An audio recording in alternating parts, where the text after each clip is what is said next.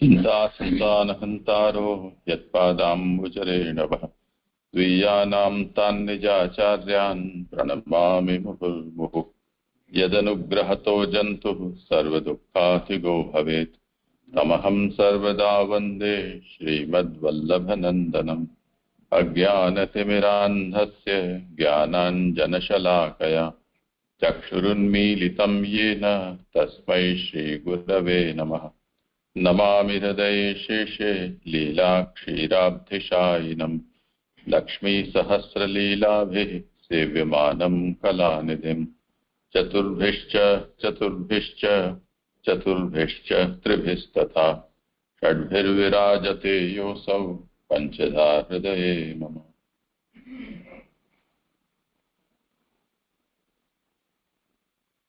करें आरंभ। पंकज पाटीदार गुना से आपका टर्न है, आप पढ़ें। 12वां श्लोक है।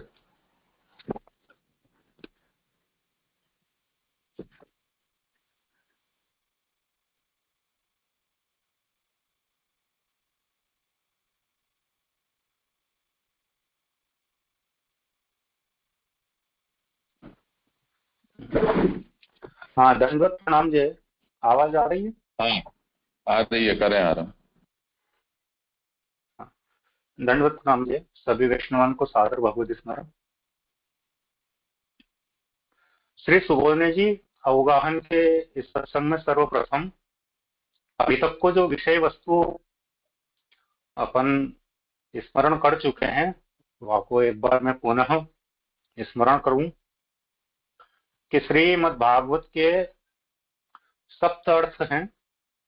वह में से प्रथम 4 अर्थ शास्त्रार्थ, स्कंदार्थ, प्रकरणार्थ और अध्यायार्थ, इनको निरूपण श्री आचार्य जी महाप्रभु जी ने तत्वदीन निबंध अंतर्गत भागवत प्रकरण में किए है। शेष 3 अर्थ श्री सुबोधिनी जी में वाक्यार्थ, पद अर्थ तथा अक्षरार्थ के रूप में निरूपित किए हैं। श्री भागवत के इन समस्त 7 अर्थन को एक ही प्रकार को अर्थ निकले और ये परस्पर अविरोधी रहें, ये मूल तत्व के आधार पर अवलंबित होकर श्री आचार्य जी महाप्रभु जी ने इन्हीं सप्तार्थों को हम सबके समक्ष प्रस्तुत किए हैं और उनको अपन सत्संग करके समझने की चेष्टा कर रहे हैं। प्रथम स्कंद में श्रोता वक्ता की अधिकार लीला को वर्णन है, जिसमें हीनाधिकारी, मध्यम अधिकारी, उत्तम अधिकारी या प्रकार से 3 प्रकार के श्रोता वक्ता को अधिकार वेद निरूपण किए है। तो प्रथम प्रकरण में, प्रथम स्कंद के प्रथम प्रकरण में हीन अधिकार के लीला को वर्णन 3 अध्यायन में निरूपण किए, जिनमें से प्रथम अध्याय को अपन यहाँ अवगाहन कर रहे हैं। प्रथम अध्याय के प्रथम 3 श्लोक में श्रीमद् भागवत जी के बीज भाव, वृक्ष भाव तथा फल रूपता को निरूपण किया तथा चतुर्थ श्लोक से श्रीमद् भागवत जी को शास्त्र आरंभ किए गए। विगत दिवस के पूर्व श्लोक में अपन ने देखियो कि श्री सूत जी महाराज की सर्वज्ञता को वर्णन करवा के उपरांत श्री शौनक जी ऋषिगण ने 6 प्रश्न को विषय क्रम रखियो, 6 प्रश्न पूछे जो विषय क्रम अभी चल रहा है। कल प्रथम प्रश्न में श्री शौनक जी महाराज ने ये पूछा था कि फल के विषय में एकांत फल जो सभी के लिए कल्याणकारी हो, उस फल को कहने का बताएं। ये प्रथम प्रश्न था। द्वितीय प्रश्न 2.5 श्लोक में पूछा गया, जिसमें मनुष्य त्रिदोष युक्त है। सहज दोष होते हैं, आगंतुक दोष होते हैं और बाह्य दोष होते हैं। तो त्रिदोषात्मक मनुष्य होते हुए उन्हें मिटाने को सारभूत उपाय क्या हो सकता है, ये द्वितीय प्रश्न कल के अवगाहन में अपन ने देखा और इसका निरूपण किया। अब श्री आचार्य जी महाप्रभु जी के नमन करते हुए अब मैं आगे के प्रसंगों को पठन कर रहा हूं। इस तरह फल और साधन के विषय में दो प्रश्नों का निरूपण किया। यहाँ भूतल ऊपर आविर्भूत भगवान ही फल और साधन है, ऐसी शंका करके तथा भगवान का अवतार लोगों के लिए है अथवा स्वयं के लिए, ऐसा संदेह होने पर शौनकादि ऋषि सूत से भगवद अवतार का प्रयोजन जानने के लिए पूछते हैं। सूत, जानाति भद्रम ते भगवान सात्वताम पति देवक्याम वसुदेवस्य जातो यश्च चिकीर्षया। श्लोकार्थ है, हे सूत, भगवान सात्वतों के सत्वेक निष्ठ देवताओं अथवा मुक्तात्माओं के पति है, तो फिर यही भगवान मुक्त लोक से इस मनुष्य लोक में वसुदेव की भार्या देवकी में जिस कार्य करने की इच्छा से प्रकट हुए वह आप जानते हैं, आपका कल्याण।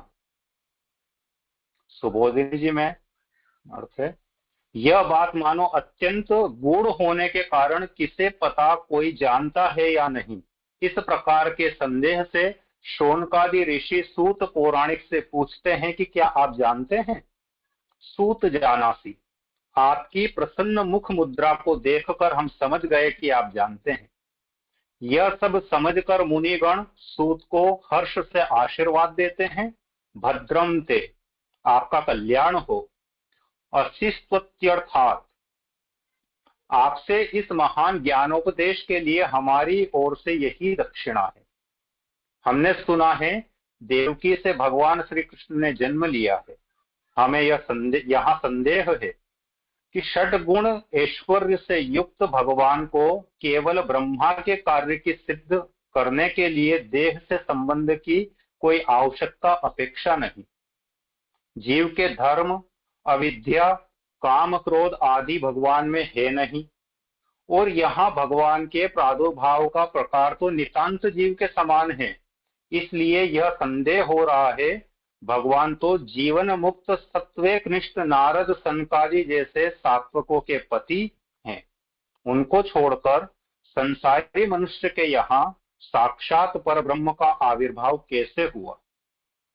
पति होने के कारण भगवान द्वारा उनका परित्याग अनुचित है, इसलिए उनको नारद सनकादि से ही आविर्भूत होना था। तदुपरांत देवता तथा मुक्त नारद सनकादि भी ब्रह्मा की देह से अथवा मन से उत्पन्न होते हैं, न कि स्त्री से। फिर भगवान किसी अप्रसिद्ध देवक की कन्या देवकी गर्भ से कैसे प्रकट हुए? अर्थात जल में से नारायण भगवान की तरह उत्पन्न नहीं हुए। और विशेष बात तो यह है जिसमें से आप प्रकट हुए वह देवकी वसुदेव की भार्या होने से पराधीन है। श्लोक में वसुदेवस्य में संबंध सामान्य में षष्ठी है, इसलिए वसुदेव का भगवान की अवतार में देवकी के साथ भार्यादि रूप से विशेष संबंध हुआ यह बात नहीं है, किंतु वसुदेव का उससे संबंध मात्र सामान्य संबंध था। अतः षड ऐश्वर्य संपन्न भगवान का पराधीन देवकी में अवतार लेने का क्या प्रयोजन हो सकता है? अब यदि यह हो कि भगवान प्रकट ही नहीं हुए तो वह उचित नहीं, क्योंकि जातः यह कहा गया है, अतः भगवान प्रकट तो जरूर हुए हैं। ठाकुर जी के अवतार का प्रयोजन क्या है? भगवान के अवतार का, भूतल पे अवतार का प्रयोजन क्या है? इस संबंध में शौनकादि ऋषियों ने प्रश्न पूछा। बड़ो अत्यंत गूढ़ कारण संभव है इस प्रश्न के पीछे। प्रश्न क्यों पूछा, इसके पीछे अत्यंत गूढ़ कारण संभव है। क्यों गूढ़ता है?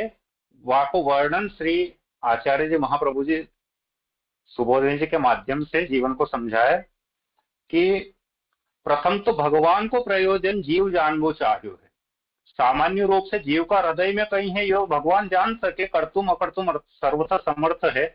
लेकिन ठाकुर जी को कोई भी कार्य करवा को कई प्रयोजन है, ये जीव अपनी सामर्थ्य से कभी नहीं जान सके। यदि कोई जीव जानियो है तो वाके ऊपर ठाकुर जी की विशिष्ट कृपा है, वाही माध्यम से ठाकुर जी की कृपा बिना ठाकुर जी को प्रयोजन कोई नहीं जान सके। तो यही लिए ठाकुर जी को या भूतल पे अवतरित होवा को कारण कहीं है, प्रयोजन कहीं है, ये बात सूत जी जानते हैं कि नहीं जानते, इस संबंध में संदेह मिश्रित प्रश्न शौनकादि ऋषियों ने किया कि भाई ये गूढ़ रहस्य आप जानते हो कि नहीं। सूत जी की मुख मुद्रा पे प्रसन्नता देखते ही वो मुख मुद्रा से समझ गए कि सूत जी को इसका कारण मालूम है। तो शौनकादि ऋषि प्रत्युत्तर पाने की आकांक्षा में, प्रसन्नता में, पूर्व में ही सूत जी ने कल्याण के लिए आशीर्वाद देवा लगे दक्षिणा स्वरूप कि भद्रम से आपका कल्याण हो, क्योंकि उनको आशा है कि सूत जी या प्रश्न को उचित समाधान करेगा। ठाकुर जी का प्रयोजन क्यों है, किन किन प्रयोजन से ठाकुर जी भूतल पे आ सके, भी दो प्रकार का प्रयोजन हो सके, साधारण और असाधारण। तो यहाँ स्वयं ने पहले ही करो कि ठाकुर जी षड गुण युक्त है, तो केवल ब्रह्मा का कार्य की सिद्धि के लिए तो देह संबंध की आवश्यकता नहीं है। ब्रह्मा जी को जो कार्य है संवर्धन सृष्टि को, वाके लिए देह धारण करवा के लिए ठाकुर जी आवश्यकता नहीं है। दूसरों बतायो कि जीव जो है यहाँ सृष्टि पे जो भी भूतल पे आएगो वो गुण दोष युक्त देह के साथ यहाँ आएगो, और ठाकुर जी तो निर्गुण और निर्विकारी है, ब्रह्म स्वरूप में निर्गुण और निर्विकारी है। तो जीव को काम क्रोध लोभ अविद्या धर्म आदि ठाकुर जी में भगवान में नहीं है, लेकिन भूतल पे प्राकट्य जीव के समान हो रही हो। जैसे जीव गर्भ से जन्म ले वह प्रकार से ठाकुर जी जन्म ले रहा है, अलग से अवतरित नहीं हो रहा है, जीव के समान जन्म ले रहा है, लेकिन दोष रहित है। तो इन लिए भी संदेह है। एक अन्य संदेह यो है कि भगवान जो है,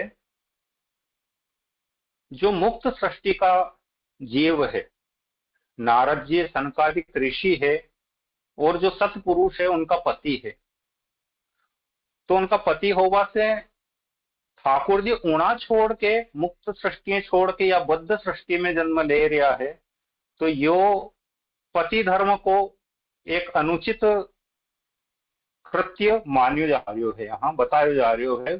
संशय है कि या प्रकार यो तो पति धर्म को उल्लंघन हो।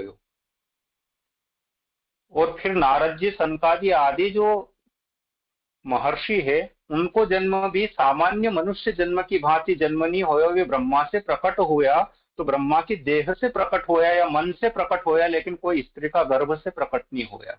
तो फिर ठाकुर जी स्त्री का गर्भ से यहाँ जन्म कैसे ले गया? और फिर वहां में भी वह स्त्री देव की जो कि सामान्य देवक कन्या है, कोई विशिष्ट पहचान की पूर्व से विशिष्ट धार्मिक नहीं मानी गई है, विशिष्ट पहचान की देव स्त्री नहीं है, वह के गर्भ से ठाकुर जी यहाँ जन्म ले रहा है, और वह पराधीन स्त्री है जो कि वसुदेव की पत्नी का रूप में यहाँ है। तो इन सब बिंदुओं के कारण शौनकादि ऋषि यो संदेह हो रहा है कि ठाकुर जी को आखिर यहाँ आबा को प्रयोजन कहीं है। यो अभी तक को है, यहाँ में कोई प्रश्न है तो बताएं। 4-5 पंक्ति बची हैं, पूरा कर लो, उसके बाद साथ में करेंगे। जी, प्रश्न का तात्पर्य यह कि कंसादि वध तो भगवान के अन्य अंश अथवा कला अवतार भी कर सकते थे। पूर्ण पुरुषोत्तम का अवतार जिस कार्य के लिए इस प्रकार हुआ वही हमें बताइए। भगवान के अवतार लेने में मुख्य प्रयोजन ही कहे, प्रासंगिक प्रयोजन नहीं।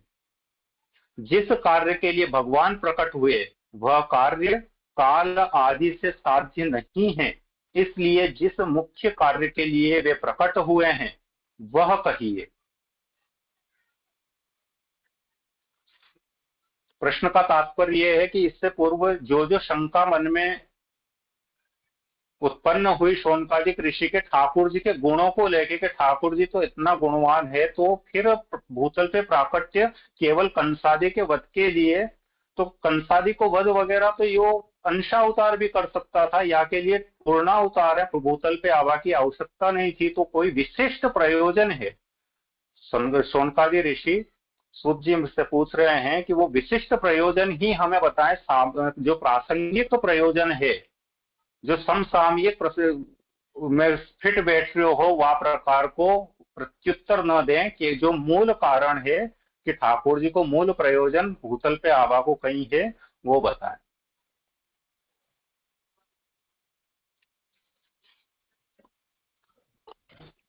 कोई प्रश्न है?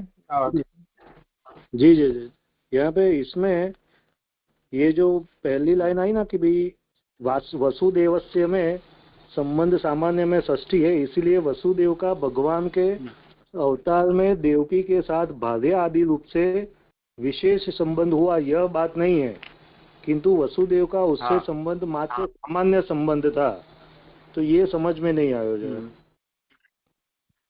ये सामान्य में षष्ठी है, इसका वसुदेवस्य में सामान्य में षष्ठी है। षष्ठी का मतलब संस्कृत में जब अपन षष्ठी विभक्ति देखते हैं तो वो संबंध कारक बताती है कि संबंध यानी कि काकी के रारी ने जो सीधा संबंध स्थापित करता हो दो वस्तुओं के बीच में, वहां षष्ठी विभक्ति का प्रयोग किया जाता है। तो वसुदेव शब्द ठाकुर जी के नाम में को भी वसुदेव ठाकुर जी का भी नाम है और वसुदेव देवकी के पति का भी नाम है। तो यहाँ वसुदेवस्य, यहाँ जो वसुदेवस्य पद का प्रयोग किया है, ये षष्ठी विभक्ति के अंतर्गत प्रयुक्त पद है जो सामान्य संबंध को दर्शा रहा है। ये वसुदेव ठाकुर जी नहीं है, मतलब भगवान का जो वसुदेव नाम है वो वसुदेव नहीं होके ये सामान्य मनुष्य वसुदेव है, ये उसको दर्शा रहा है।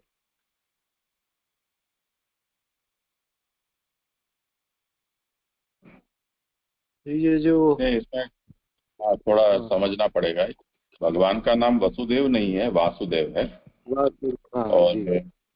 दूसरा विषय यहाँ ये है कि कहना ये चाहते हैं कि प्राकृत मनुष्य जो है वो तो स्त्री पुरुष के दैहिक संयोग से पैदा होता है और वीर्याधान होने पर स्त्री के जो शरीर है के अंश हैं उससे उसके शरीर का बालक का निर्माण होता है।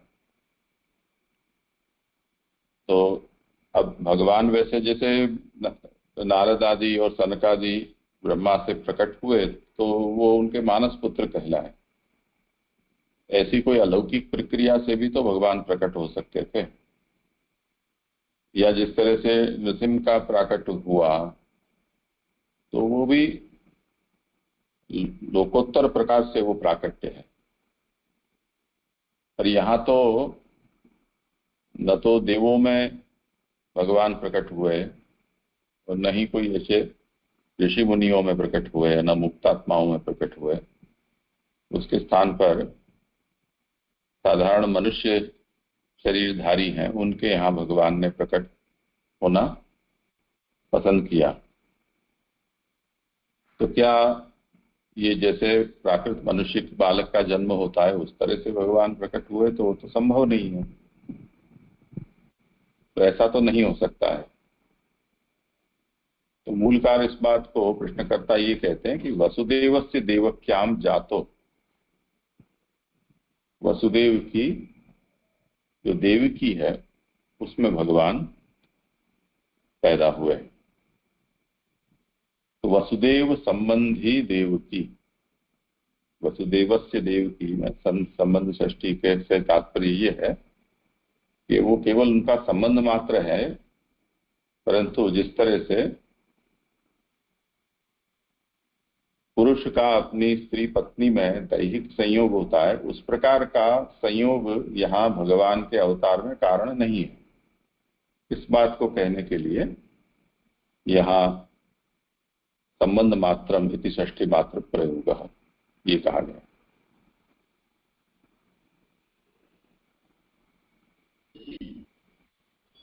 जी जी जी, धन्यवाद, प्रणाम जय। मेरा भी ये प्रश्न था, क्लियर हो गया। और दूसरा एक और था कि मुक्त लोक से तात्पर्य क्या गोलोक धाम प्रभु धाम का ही है ना? ये थोड़ा सा कंफ्यूजन हो रहा था।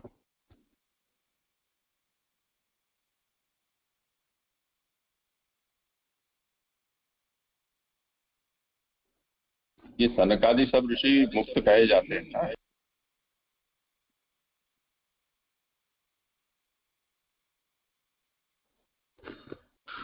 नहीं, यहाँ जो है कि यही भगवान मुक्त लोक से इस मनुष्य लोक में वसुदेव की भार्या की देवकी में पधारे, तो भगवान पधारे मुक्त लोक से मनुष्य लोक में।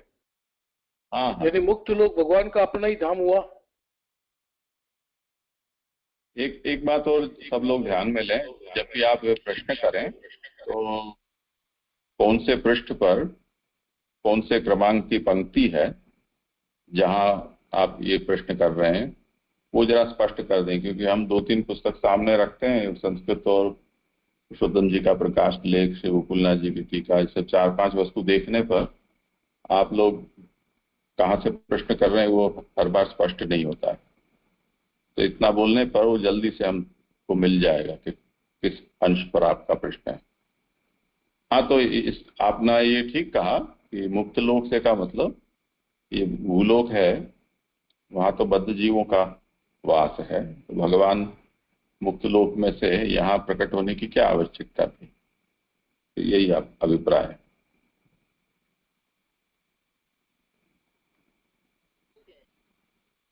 ठीक है, और कुछ विषय है? स्पष्ट हो। हाँ, बस ये आगे जिनका क्रम हो वो करो। हाँ, आगे मैं ही कर रहा हूँ। कितने ही कारणों से भगवान के अवतार में कोई प्रयोजन तो अवश्य है। इस प्रयोजन को योग बल से जाना जा सकता है, तो फिर पूछने की आवश्यकता क्या है?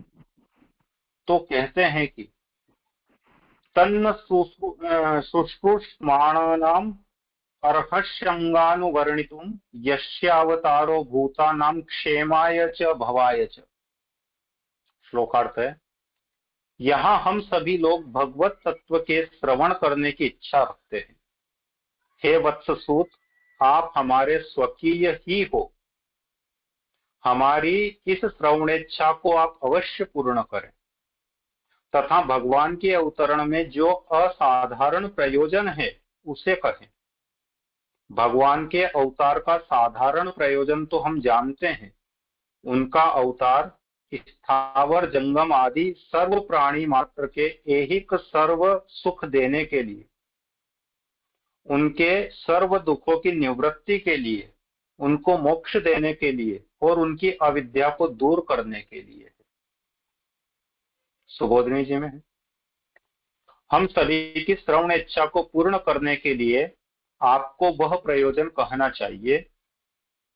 यह प्रयोजन योग बल से जाना जा सकता है, किंतु उससे श्रवण इच्छा की पूर्ति नहीं होती और न ही योग साधन सभी लोग कर सकते हैं।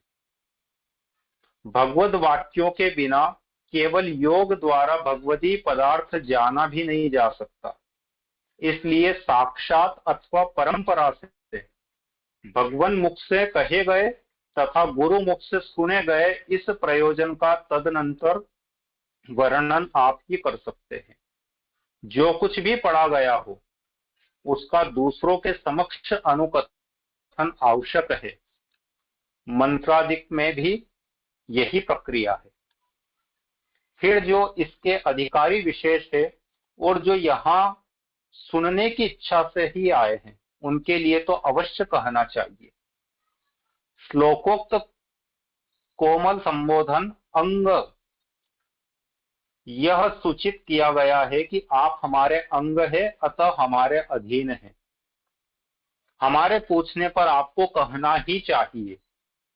यहाँ हम प्रभु के अवतरण का असाधारण प्रयोजन पूछते हैं। साधारण प्रयोजन तो यस्यावतारः इत्यादि 3.5 श्लोक में जो कहा गया है उसे हम जानते ही हैं। यहाँ पहले अवतार द्वारा रूप धारण करने का प्रयोजन कहते हैं।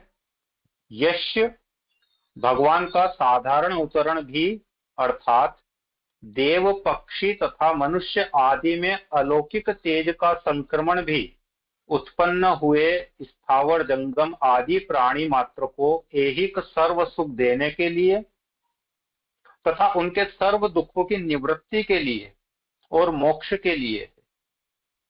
यहाँ च से अविद्या निवृत्ति के लिए अधिक ग्रहण होता है। यह सब कुछ भगवान के साधारण अवतरण से सिद्ध हो जाता है। यद्यपि यहाँ भवाय भव शब्द का अर्थ संसार है, किंतु अन्य टीकाकारों ने उसका संपत्ति अर्थ किया है। तथापि यहाँ प्रकरण के अनुरोध से भव भवाय शब्द का अर्थ मोक्ष लिया है। इसमें प्रमाण युक्ति यह है कि भव शब्द भू धातु से बनता है, जिसका अर्थ सत्ता होता है। अतः सत मात्र के लिए, मोक्ष के लिए ऐसा अर्थ जो किया गया है वह उचित है। यदि यह कहो कि मोक्ष होने पर अविद्या निवृत्त स्वतः हो जाती है, अतः श्लोकोक्त द्वितीय च पद व्यर्थ हो जाएगा, इस आशंका से च पद से रहित दूसरा पक्ष कहते हैं कि जिसके अवतरण से चैतन्य में अनुप्रवेश रूप परम मोक्ष प्राप्त होता है। यहाँ यह च पद का द्वितीय अर्थ है। चिति तन मात्रेण तदात्मत्वात्, अर्थात भगवान के संबंध होने पर भगवदानंद का अनुभव होता है। जीव का ब्रह्म के साथ संबंध होने से यह ब्रह्म रूप से सर्व कामों का उपभोग करता है, शरीर धारण करके नहीं।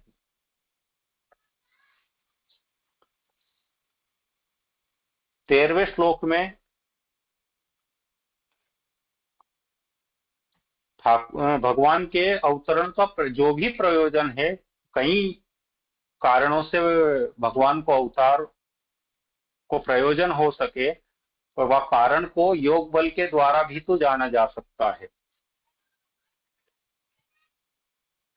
फिर पूछने की सूत जी से ये प्रश्न पूछने की आवश्यकता क्यों हुई, इस शंका का निवारण करते हुए बता रहे हैं कि योग बल, पहली बात तो योग बल का प्रयोग सभी नहीं कर सकते, योग बल से सभी नहीं जान सकते। किसी किसी में जिसमें योग बल की सिद्धि है वही जान सकता है। और दूसरा, योग बल से कारण जान भी लिया तो श्रवण इच्छा की पूर्ति नहीं हो सकती है।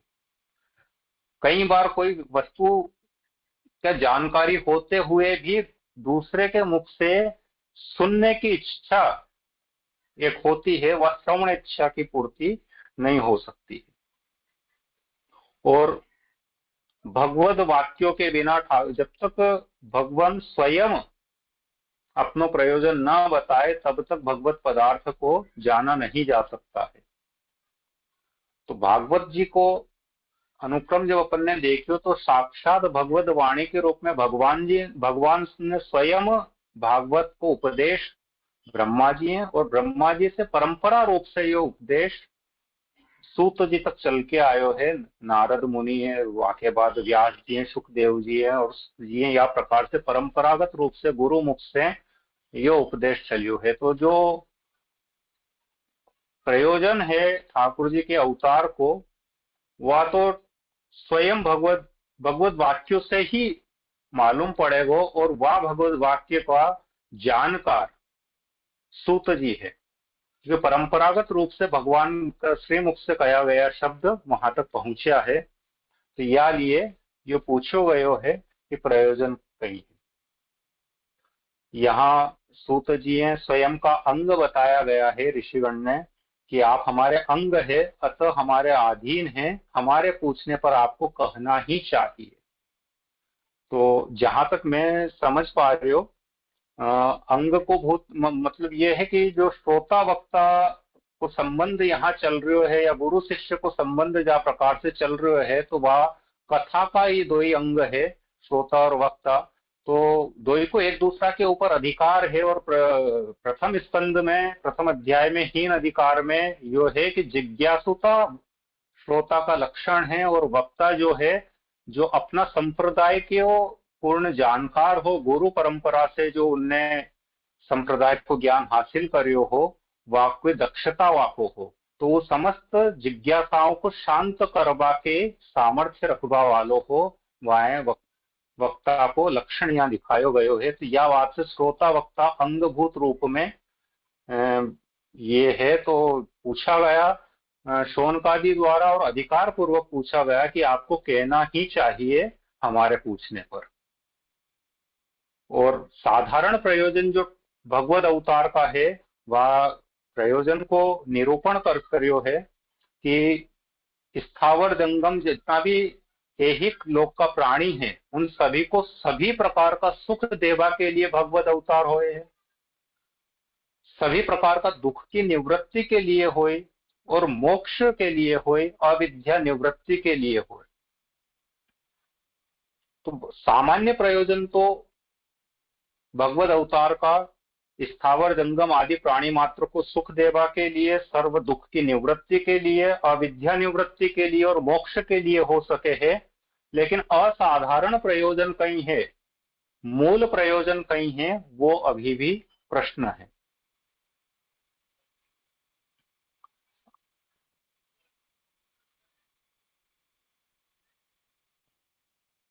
निरूपण संपन्न हो जाए तो थोड़ा संकेत दें जिससे आगे कैसे बढ़ना समझ में आ सके। हाँ जे आगे किसी को प्रश्न हो तो। प्रश्न है आपका संपन्न हो गया तो आप बोलें कि यहाँ मेरा संपन्न होता है, मैं ये कहना चाहता हूँ। ठीक है जी। यहाँ पर पहले आप जो पढ़े जी, उसमें आया ना कि यह प्रयोजन योग बल से जाना जा सकता है, तो ये स्टेटमेंट एक आया, उसके नीचे वो वाक्य के नीचे फिर आगे जाके एक वाक्य ये भी है, भगवत वाक्यों के बिना केवल योग द्वारा भगवती पदार्थ जाना भी नहीं जा सकता।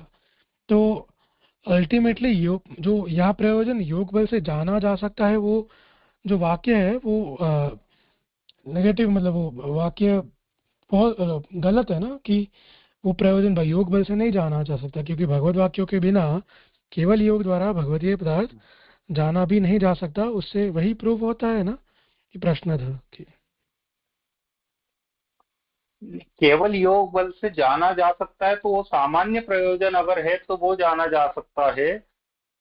मूल प्रयोजन जो है वो तो ठाकुर भगवान के, जो जब तक भगवान साक्षात रूप से न जताए तब तक जानना मुश्किल है, ये मेरी समझ है।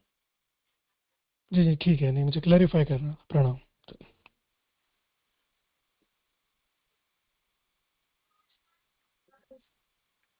धन्यवाद जय जी।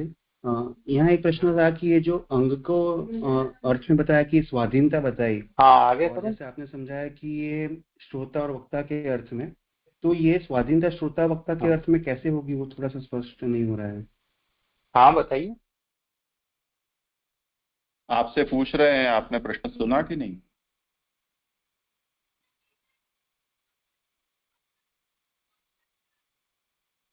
पंकज जी से पूछ रहे हैं, आप उत्तर दें। आवाज नहीं आ रही है, आवाज आई नहीं है, क्या पूछा है? फिर से कहो। हाँ, यहाँ पे जैसे आपने समझा ना कि अंग में जो स्वाधीनता बताई कि श्रोता वक्ता के रूप में, आपने बताया कि अंग का अर्थ लेना है और वो स्वाधीनता है, तो उस पर थोड़ा और स्पष्ट कीजिएगा कि स्वाधीनता ये श्रोता वक्ता के अर्थ में कैसे होगा, वो थोड़ा अभी स्पष्ट नहीं हो रहा है। नहीं, स्वाधीनता नहीं, अधीनता। जो पंक्ति आई है अपन देखें, श्लोकोक्त कोमल संबोधन अंग से यह सूचित किया है कि आप हमारे अंग है, अतः हमारे अधीन है ना, हमारे पूछने पर आपको कहना ही चाहिए। तो अधीनत्व का मतलब यहाँ गुलामी वाली बात नहीं है, अधीनत्व का मतलब एक दूसरे पे अधिकार भाव आ रहा है। तो जैसे गुरु और शिष्य का अधिकार भाव होता है कि शिष्य ने जिज्ञासावश कोई भी प्रश्न पूछा है तो गुरु से उसको प्रश्न पूछने का अधिकार है, और गुरु का वहां कर्तव्य है कि उसकी जिज्ञासा का पूर्ण रूप से शमन किया जाए, उसको जिज्ञासा का प्रत्युत्तर किया जाए। तो वह प्रकार को अधिकार भाव यहाँ है, क्योंकि दोनों ही एक ही कथा के अंगभूत है, ये मेरी समझ है। बाकी आप श्री से निवेदन, आप श्री थोड़ा सा और खुलासो करें।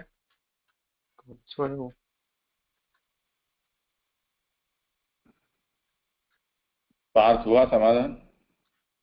हाँ जी जी, अगर इस हिसाब से कि गुरु और शिष्य के अर्थ में ही अगर समझना है तो फिर समझ आ रहा है जी। यहाँ तो ऐसा है नहीं कि भगवतीय संबंध है और श्रोता वक्ता का ही केवल संबंध है, गुरु शिष्य की तो यहाँ कोई बात है नहीं। क्योंकि सूत है वो किसी भी स्थिति में गुरु नहीं कहला सकते हैं, वो ऐसी योग्यता भी उदाहरण तो बताया था। हाँ, वो उदाहरण के रूप में हम ये समझ सकते हैं कि ये जैसे शिष्य का अधिकार है गुरु के ऊपर, उसी तरह यहाँ शिष्य स्थानी अथवा श्रोता के स्थान पर शौनक हैं, और वो सूत जिसे ये अंग कहकर ये कहते हैं कि आप हमारे अंगभूत हैं, और अंगभूत होने से जो हम अंगीभूत जो हम हैं उनके आप स्वाधीन हैं, तो इसके कारण आपको हमारे प्रश्नों का समाधान करना चाहिए।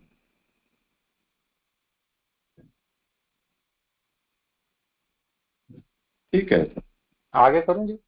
जी नहीं अभी कोई यहाँ पे जी यहाँ पे जो दूसरा जो लास्ट पैराग्राफ आया कि ये जो द्वितीय च पद व्यर्थ हो जाएगा, इस आशंका से च पद से रहित दूसरा पक्ष कहते हैं कि जिसके अवतरण से चैतन्य में अनुप्रवेश रूप परम मोक्ष प्राप्त होता है। यहाँ यह च का द्वितीय अर्थ है, तो ये कुछ स्पष्ट नहीं हो रहा है। हाँ, करो समाधान। मोक्ष होने पर अविद्या निवृत्ति स्वतः हो जाती है। तो यहाँ मोक्ष होने पर अविद्या निवृत्ति हो रही है। प्रथम पद जो आगे वो मोक्ष है कि मोक्ष हुआ वाके बाद अविद्या की निवृत्ति होएगी, लेकिन जो मूल विषय चल रहा है भगवत अवतार के प्रयोजन को, तो वहां भगवत अवतार को प्रयोजन जो स्थावर जंगम आदि है उनके मोक्ष के लिए बताया जा रहा है। तो पहले मोक्ष नहीं होएगा, पहले भगवत अवतार के कारण, भगवत सत्संग के कारण, जब भगवत चैतन्यता व जीव में व स्थावर जंगम जीव में भगवत चैतन्यता प्रवेश करेगी, तब जाके वह अविद्या को पहले नाश होएगा, और अविद्या को नाश होगा से मोक्ष की प्राप्ति होएगी। तो वास्तव में मोक्ष में जो अपन कह रहे हैं कि जीव ब्रह्म के साथ संबंध होने से यह ब्रह्म रूप से सर्व कामों का उपभोग करता है, शरीर धारण करने से नहीं, शरीर धारण करके नहीं।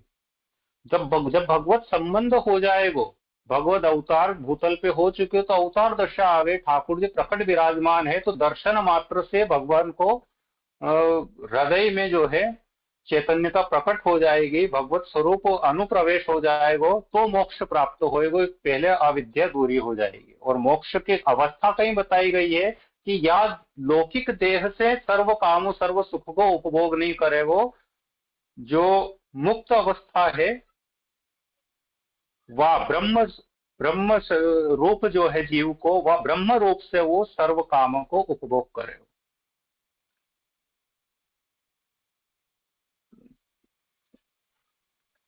जी, यानी ये जो है वो पहले चैतन्य में अनुप्रवेश होने से वो जो है वो अविद्या दूर होगी और बाद में मोक्ष होता है। ऐसे अवतरण से, हाँ, चैतन्य में अनुप्रवेश होने से, अवतरण काल में, अवतरण में भगवान प्रकट विराजमान है, तो चैतन्य में अनुप्रवेश हो जाएगा भगवान को, तो परम मोक्ष की अवस्था प्राप्त हो गई।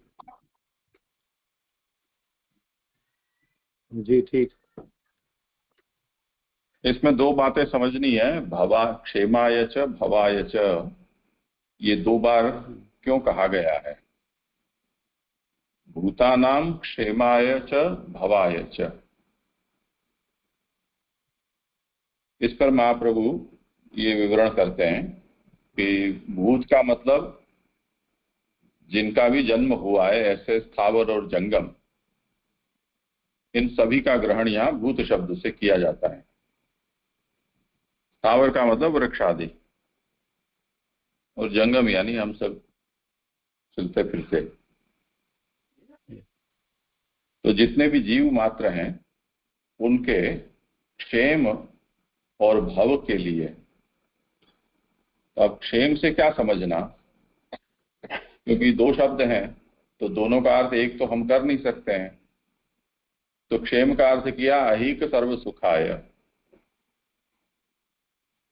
भगवान प्रकट होंगे तो भूतल पर उनके बीच में पधारेंगे तो उनको ऐहिक इहलौकिक सभी प्रकार के सुखों की प्राप्ति होगी। जैसे तब ता दिन ते वे लोग सुख संपत्ति न तजे। और चकारात सर्व दुख निवृत्ते। अब क्षेमाय च, इसमें जो दूसरा च दिया है उसका मतलब अब हम समझेंगे कि केवल सुख की ही प्राप्ति नहीं होगी, उनके दुख भी दूर होंगे। तो ये तो यहाँ की बात हो गई भूतल पर होने वाली। तो भवाय का अर्थ क्या, तो कहते हैं कि मोक्ष के। भव का मतलब यहाँ मोक्ष समझना। तब फिर चकार फिर रह गया तो उससे क्या मतलब लेंगे, तो कहते हैं कि अविद्या की निवृत्ति। ये महाप्रभु प्राथमिक रूप से अर्थ समझा रहे हैं। अब यहां पर जो भवाय, इसका अर्थ मोक्ष कैसे हो सकता है, तो उसका अर्थ आप बताते हैं व्याकरण से। जैसे महाप्रभु ने निबंध में इस बात को कहा कि ये धातु शब्दा यत्रार्थे उपदेशे प्रकृति था तथैवार्थो वेदराशे कर्तव्य नान्यथा क्वचित। जिसका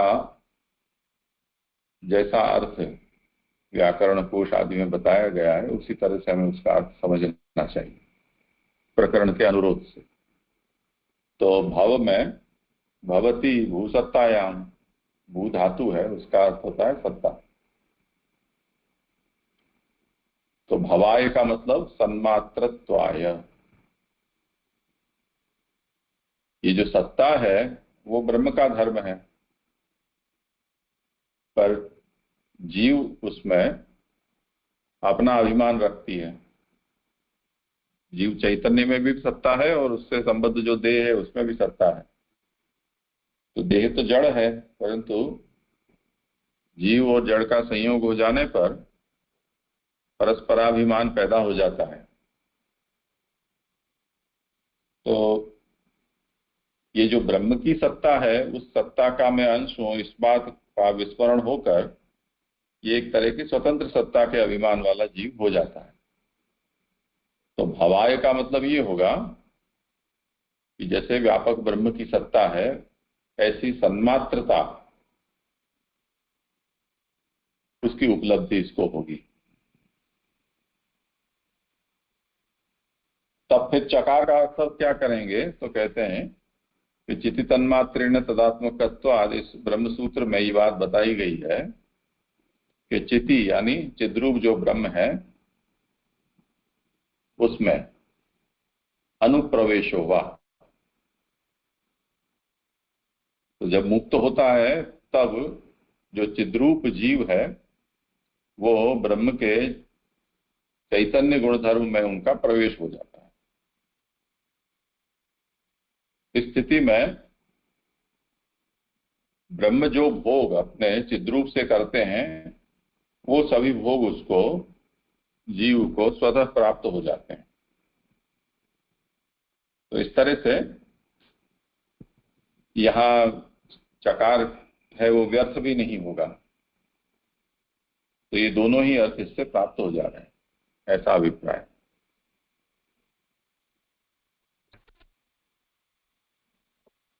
जी जी जी, अच्छी तरह से स्पष्ट हो गया। राम जी।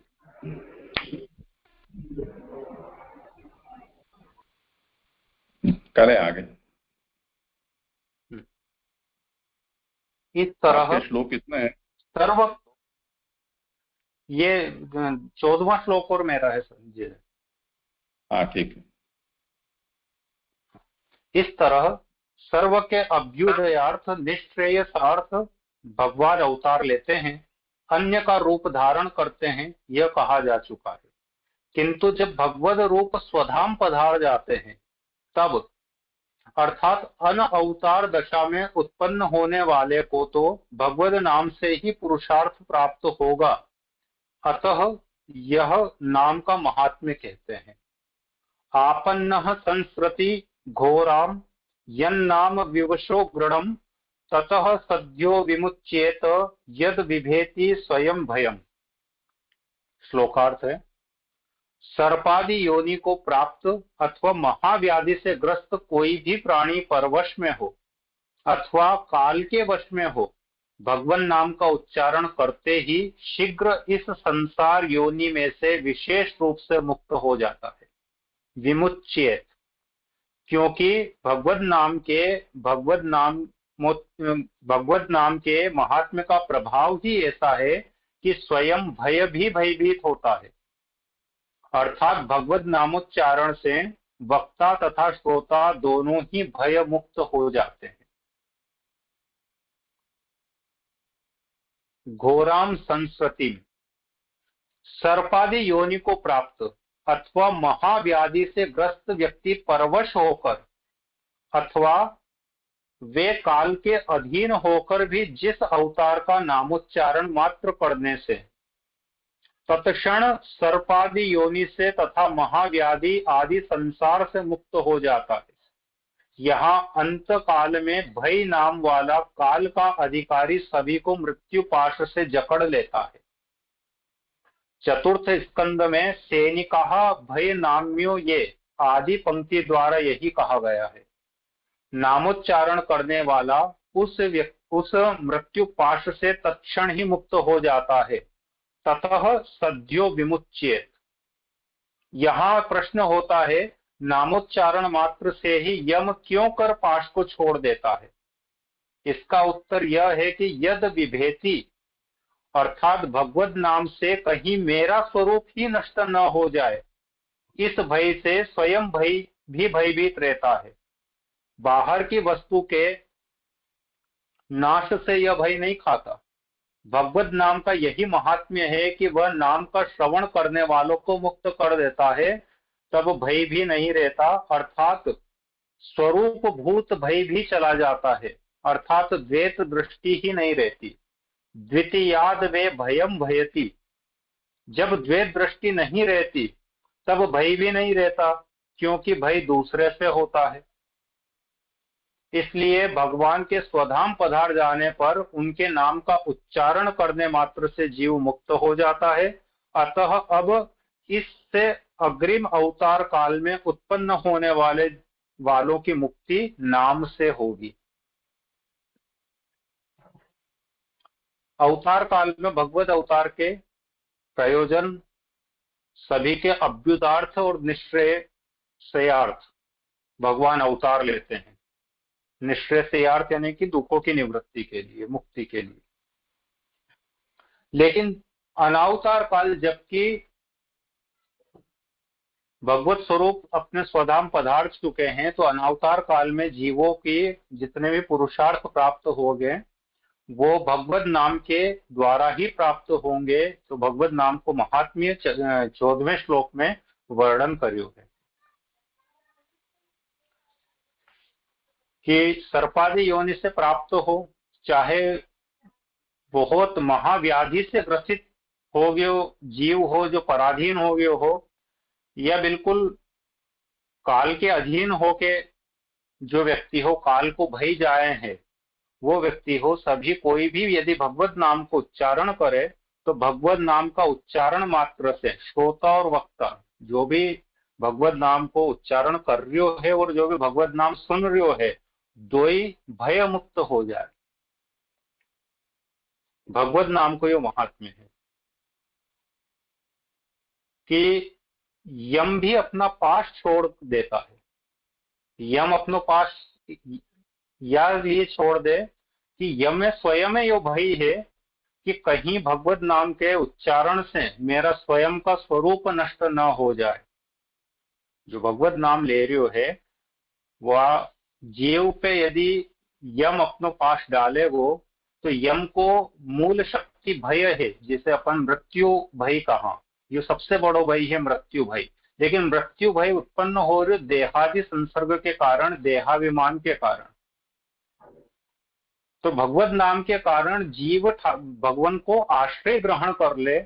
जब ठाकुर जी को आश्रय ग्रहण कर ले तो द्वैत दृष्टि जो है कि ये मेरे देह है, यो मारो शरीर है, यो समाप्त हो जाए और केवल अंत और बाहर रूप से वो स्वयं में भगवान को आश्रित पाए। और यही भगवत आश्रय को कारण जीव को भय जातो रहे और यमे यो डर है कि भगवत नाम का उच्चारण से मारो स्वयं को अस्तित्व नष्ट हो जाएगा। तो द्वैत दृष्टि नहीं रहती है। द्वैत दृष्टि नहीं रहने के कारण भय भी नहीं रहता है। जब द्वैतता नहीं बची, स्वयं की सत्ता नहीं बची, संपूर्ण सत्ता भगवान की होगी भगवान नाम के बाद, तो स्वयं की सत्ता को आभास नहीं है या लिए भय नहीं है, क्योंकि अपनों स्व जब कुछ है ही नहीं तो डर का ही बात को है। इसलिए भगवान के स्वधाम पधार जाने पर नाम का उच्चारण करने वाला जीव मुक्त हो जाता है। भगवत नाम को उच्चारण ही अनावतार काल दशा में एकमात्र साधन है। आगे कोई को प्रश्न है तो करें, मैं रहूंगी।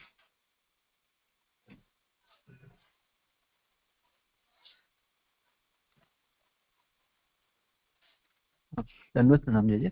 ये जो उत्थानिका में जो एक वर्ड आया ना, भगवान अवतार लेते हैं, अन्य का रूप धारण करते हैं, यह कहा जा चुका है। तो अन्य का रूप धारण करते हैं वो थोड़ा समझ में नहीं आया।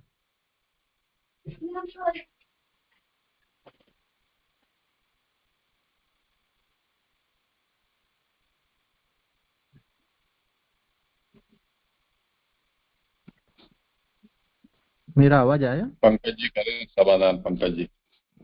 हाँ, अन्य का रूप धारण करते हैं, या से जितना अभिप्राय मेरे समझ आयो, भगवत जब यहाँ अवतार लेते हैं भूतल पे, तो कोई ना कोई रूप में ही लेते हैं। वो दो तरह से अवतार हो सकते हैं कि जहाँ में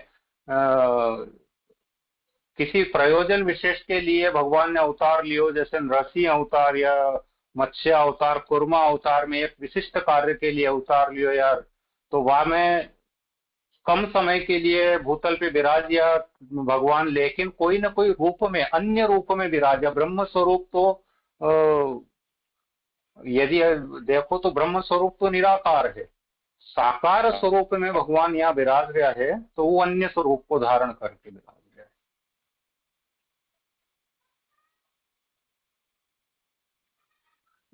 स्पष्ट नहीं हुआ। रातेश अवाज आवे छे आमनो के नहीं? हाँ हाँ जी आवे छे एमनो अवाज। हाँ अच्छा, स्पष्ट कर दो।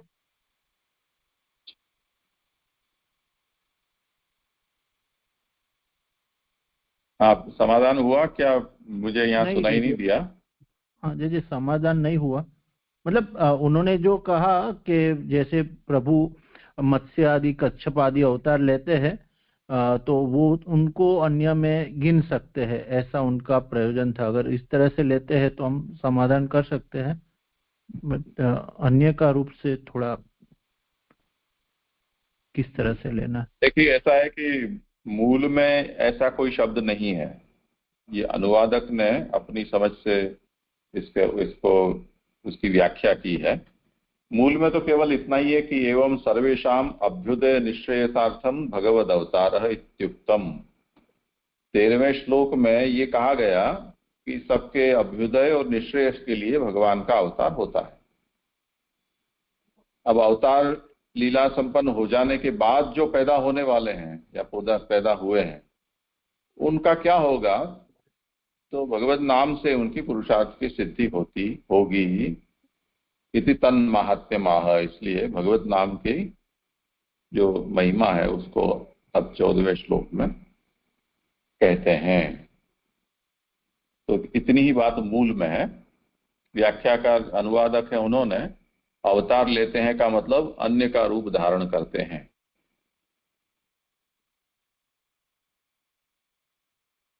इतना आप उसको एक कोष्ठक में ले लो।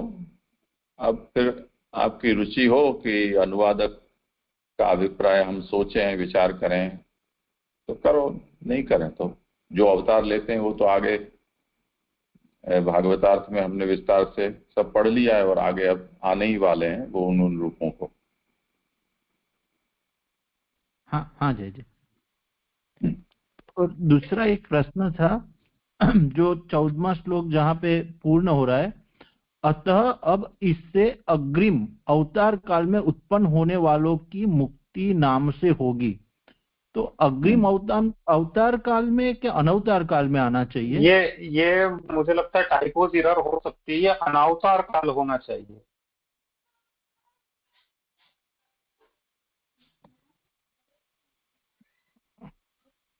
ऐसे ही ले लीजिए। अब इससे अग्रिम, हाँ अनवतार ऐसा ही होना चाहिए, सही बात। हाँ जी जी।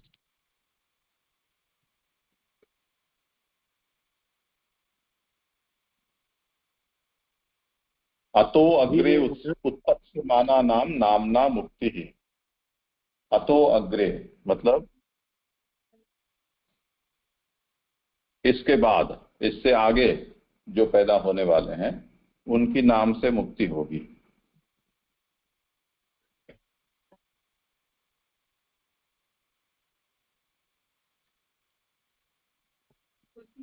हाँ हाँ जी जी। तो फिर कुछ अवतार काल अनवतार काल ऐसा लेना है। हाँ नहीं, और अग्रिम शब्द भी भ्रामक है। इससे अग्रिम,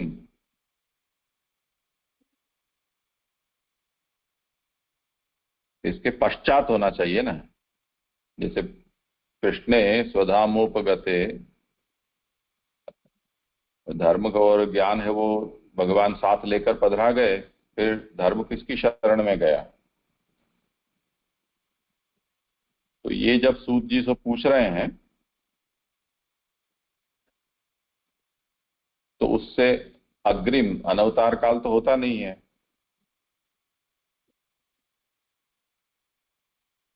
अतः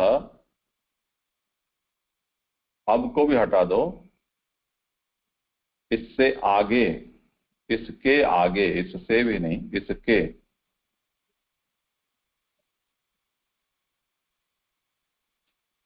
इसके आगे यानी कि अनवतार काल में जो उत्पन्न होंगे उनकी मुक्ति नाम से होगी। तो स्पष्ट हो जाएगा। हाँ जी जी, ऐसे सुधार लिया। इसके आगे अनवतार काल में होने वालों की मुक्ति नाम से होगी, ऐसा कर लेते हैं।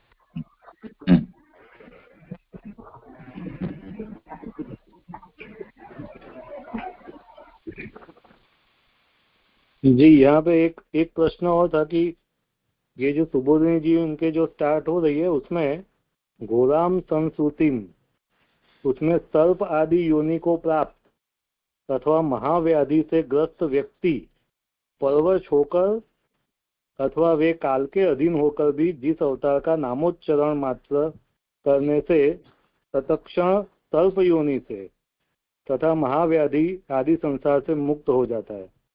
तो यहाँ से ये सर्प आदि योनि को प्राप्त व्यक्ति परवश होकर, ये स्पष्ट नहीं हो रहा है मुझे। यानी सर्प योनि से जो व्यक्ति को मिली है वो प्रभु का नाम लेगा, ऐसा? सर्प योनि में नाम कैसे लेगा? स्पष्ट नहीं हो रहा है मुझे। वो सुन तो सकता है, श्रोता और वक्ता दोनों भय मुक्त हो जाते हैं, दोनों को भय जाए, निवृत्त हो जाए। तो जो मनुष्य योनि के अलावा कोई योनि में है वो को श्रवण तो हो सके, और अगर जो आगे वालों क्रम आएगा श्लोक को, वहां में अन्य योनि का जो जीव है वहां को मुक्ति किन प्रकार से होए, भय मुक्त क्यों होए, स्पर्श आदि भगवत जनों के स्पर्श आदि से भी उनको भी भय मुक्त होके मुक्त हो जाए है, वहां को वर्णन आगे वाला श्लोक में भी आए।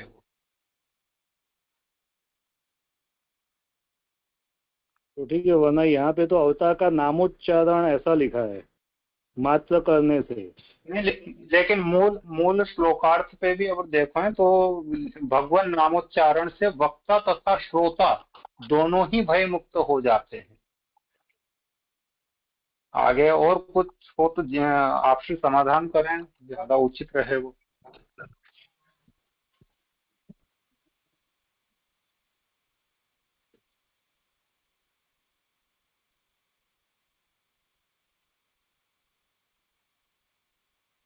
जी जी जी, ऐसे ही ले लो या थोड़ी स्पष्टता हो तो।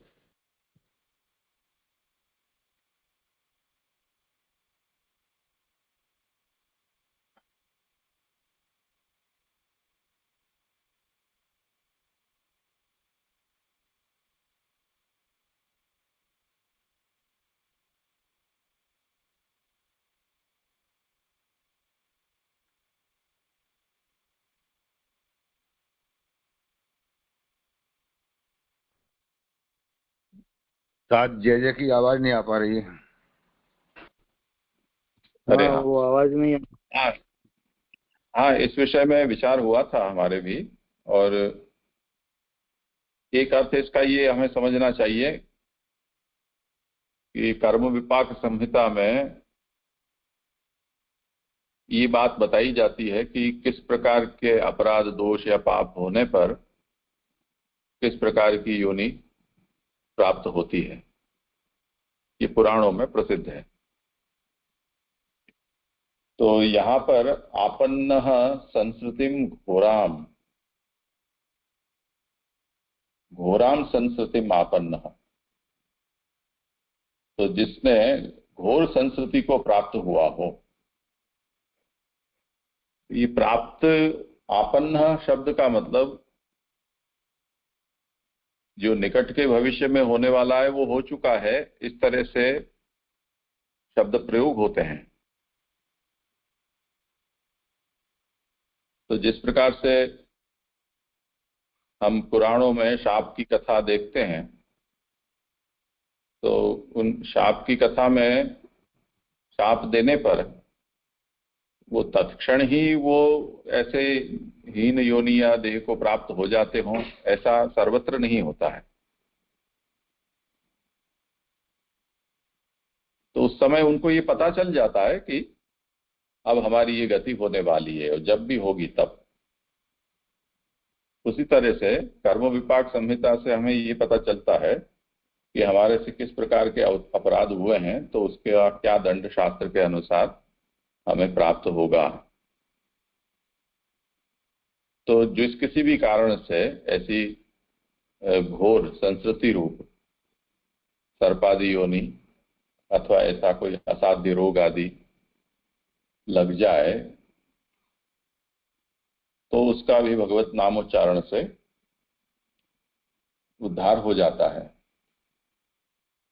तो इसका मतलब ये हुआ कि सर्प योनि में यदि बोला नहीं जा सकता है, परंतु जिसको अब सर्प योनि प्राप्त होने वाली है, ऐसा भी यदि भगवत नामोच्चारण करता है तो उसका उद्धार शापादिक से भी निवृत्त हो सकता है।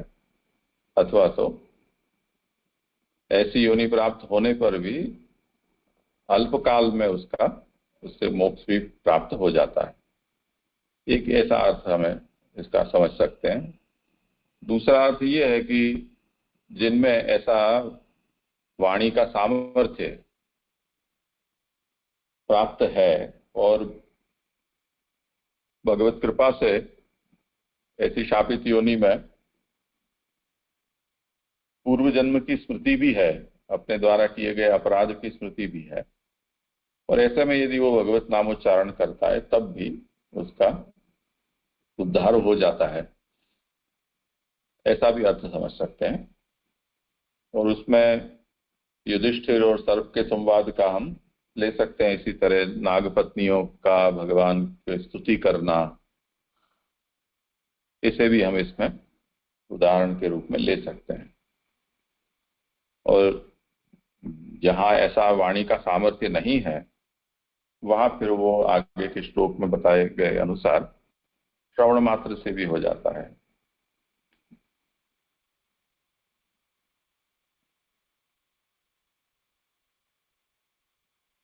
जी जी जी, ठीक है, आगे का क्रम होगा। जी। एक ये प्रश्न मेरे यहाँ तक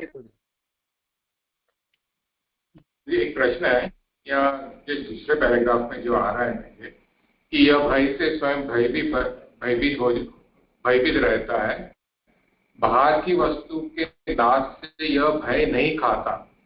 भगवत नाम का यदि यही महात्मा है, तो ये जो सेंटेंस है कि बाहर की वस्तु के नाश से यह भय नहीं खाता, ये थोड़ा नहीं समझ में आ रहा है, इसके कैसे कोरिलेट किया है आगे पीछे पंक्ति में।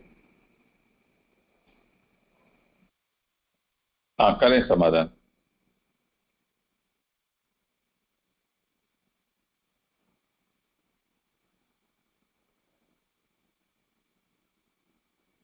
पंकज जी, आपको प्रश्न है, समाधान करें। गए?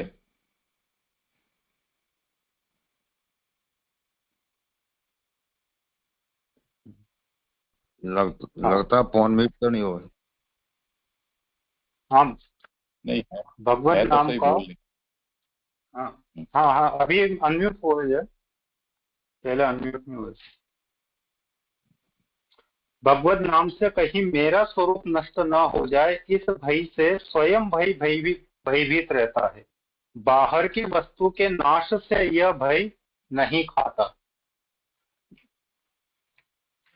बाहरी वस्तु के नाश से मतलब अन्य कोई को नाश नहीं हो रहे, स्वयं के स्वरूप को नाश हो रहे हो है। तो ये सबसे बड़ा भय है कि स्वयं को स्वरूप ही नष्ट हो जाएगा, स्वयं को मतलब स्वयं अपनो एग्जिस्टेंस खो देगो।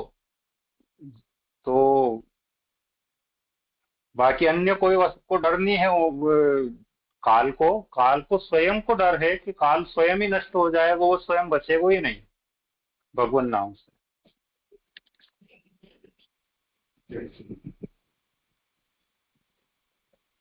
हाँ, और किसी को कुछ कहना हो इस विषय में?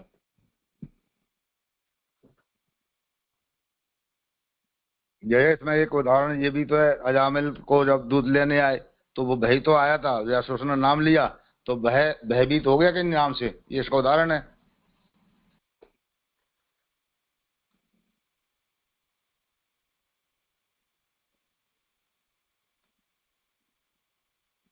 बताएं। हाँ, कल्पेश भाई बोले आप। हाँ नहीं मास्टर जी, वो तो मैं समझ गया हूँ। उसकी जो आगे की जो पंक्ति है ना, वो नहीं समझ में आ रही है कि बाहर की वस्तु के नाश से यह भय नहीं खाता। हाँ, आपने सही कहा है। बाहर की वस्तु से, बाहर की वस्तु का मतलब है आप बाहर से कोई मारो, डंडे से मारो, कोड़े से मारो, ये बाहर की वस्तु है, तो वो भय आपसे नहीं डरेगा। अंदर की वस्तु क्या है? भगवत नाम उसके अंदर जाएगा, ये अंदर की वस्तु है, भगवत नाम उसके अंदर जाएगा, वो नहीं सहन कर पाएगा, उसके मारे वो भाग जाएगा। मेन बात ये, वो भय आता है, काल जब आता है, काल जो भय, वो बाहर से आप नहीं भगा सकते उसको। अगर आप भगवत नाम अपने अंदर बोलोगे, वो सुनाई देगा, उसको अंदर सुनाई देगा, तो वो अंदर के डर के मारे वो भाग जाएगा, तब वो डरेगा। ये इस तरह से है मेरे हिसाब से, बाकी जो है और ज्यादा मैं नहीं समझ रहा इसमें। हाँ, नहीं, ये विषय हमने चर्चा की थी, और मुझे ऐसा लगा इसमें कि ये भय है वो काल का एक अधिकारी है, उसका कोई ना कोई आधिदैविक स्वरूप है। चतुर्थ स्कंद का जो संदर्भ दिया है उसमें ये बताया है वो भय नामक है, वो काल की सेना है।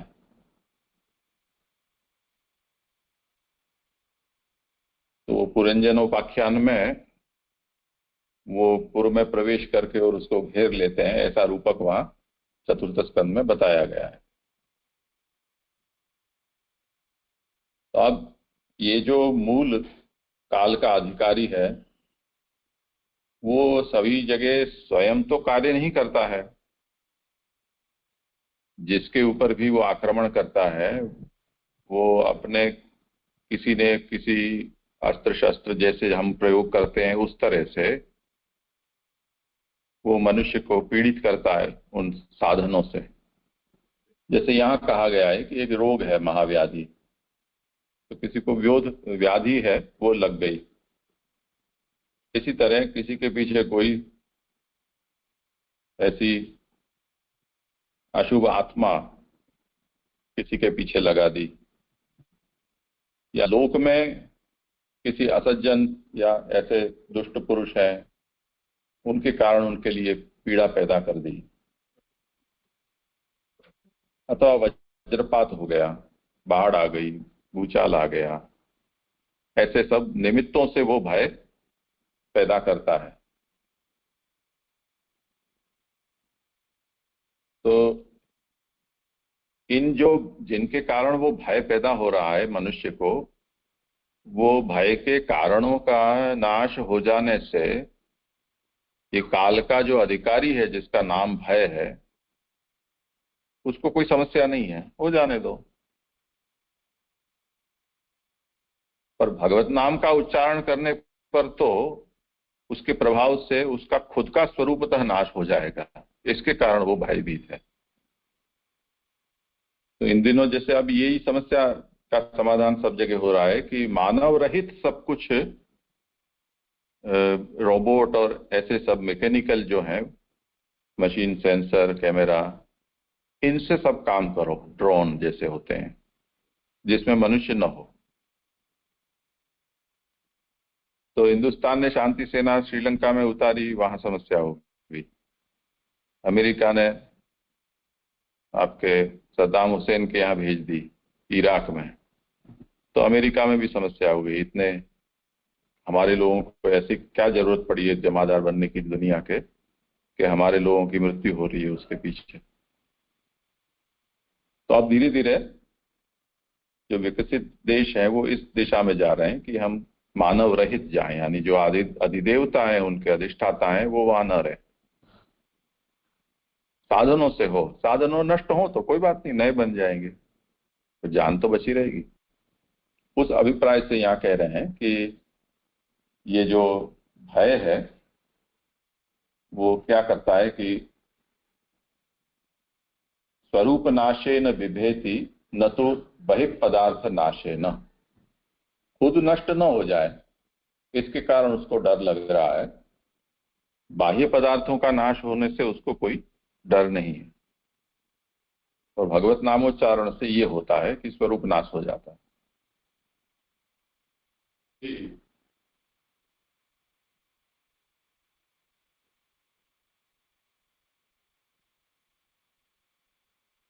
आपको अनम्यूट करो तो आपको तुरंत बोलना चाहिए, फिर हम लोग प्रतीक्षा करते रहते हैं।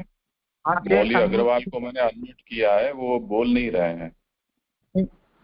जी मैं ये कह रहा था, जी हाँ हाँ मैं ये कह रहा था, यहाँ से हमने 3 लाइनें देखी, अगर इसमें चौथी लाइन भी शामिल कर लेती तो सारी प्रॉब्लम सॉल्व हो जाती। उसमें आगे कहा अर्थात द्वैत दृष्टि ही नहीं रहती। ये प्रॉब्लम कब तक आ रही है? जब तक द्वैत दृष्टि है। जब अद्वैत दृष्टि हो जाएगी तो सर्वम खलु इदम ब्रह्म, नहीं जो सामने सिंह भी आ रहा तो सिंह में भी तो ठाकुर जी विराजमान है। तो जब ऐसी भावना होगी तो फिर भय का प्रश्न ही नहीं रहेगा। मेरा इतना, मेरी समझ दिख रही है।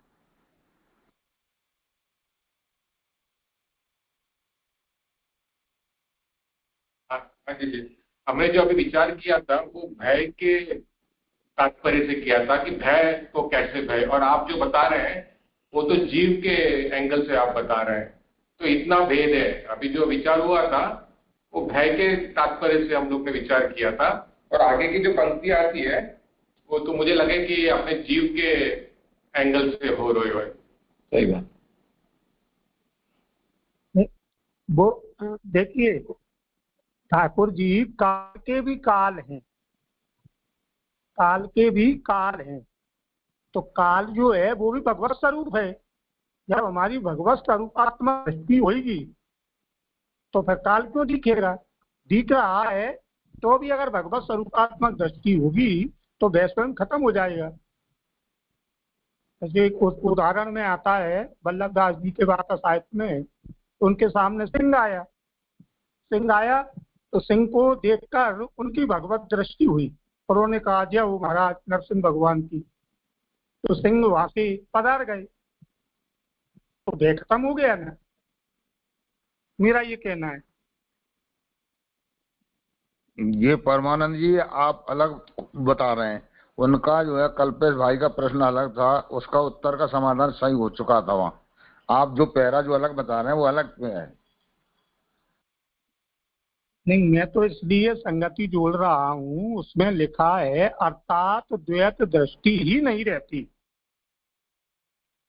उसमें लिखा है भय मुक्त रहता तब भय ही नहीं रहता, अथवा स्वरूप भूत भय भी चला जाता है। अर्थात द्वैत दृष्टि ही नहीं रहती। द्वितीयाद भय भयं भवति, माने दूसरे की दृष्टि हो रही है तो भय पैदा हो रहा है। जब द्वैत दृष्टि ही नहीं रही तब भय भी नहीं रहा, क्योंकि भय दूसरे से होता है। तो यहाँ मैं जो समझ पा रहा हूँ वो कह रहा हूँ, मैं उनसे सुनो, अपन को प्रश्न का जवाब देना है, ना कि अपन को दूसरा अपना प्रवचन बोलना है। उनका प्रश्न कुछ और था, ये प्रश्न नहीं है जो आप कह रहे हैं।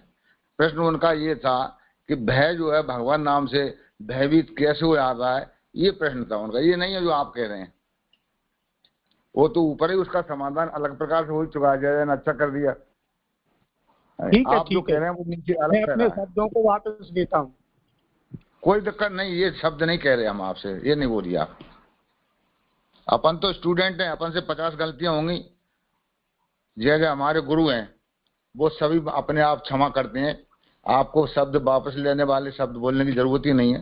अपन सभी उनके शिष्य हैं, वो तो स्वतः ही माफ करते रहते हैं। आप उसकी सोचा ही मत आप। ठीक है।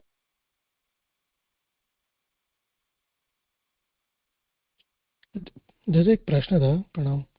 यहाँ पर जो पूरा डिस्कशन, मतलब ये श्लोक जो है 14वां, तो मतलब प्रश्न से ज्यादा थोड़ी शंका है कि यहाँ लक्षणा से तो अर्थ है नहीं, अभिधा से अर्थ किया है आचार्य चरणों ने।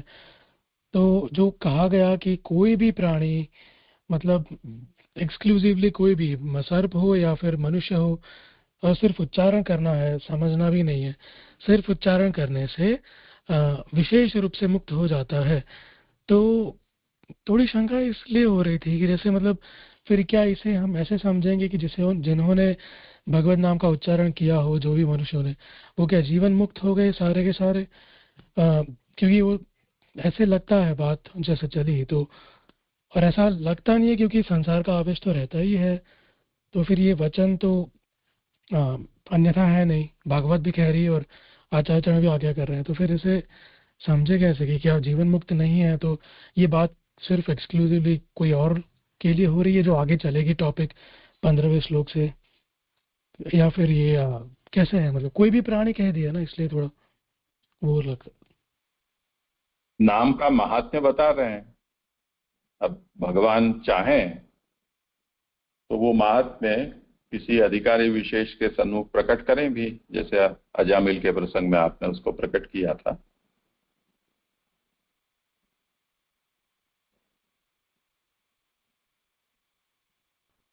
हेलो जी मेरा ना क्लियर हो गया डाउट, वो आपने समझाया था तो उससे हो गया तभी समाधान, इसलिए। ठीक है, ठीक है। ये प्रश्न न जातु यमयातना भवति ते पयपानतः, यमुनाष्टक के इस अंश पर भी बहुत बड़ा शास्त्रार्थ है ये, कि जो यमुना पान कर लेता है तो उसको यमयातना का भय नहीं रहता है।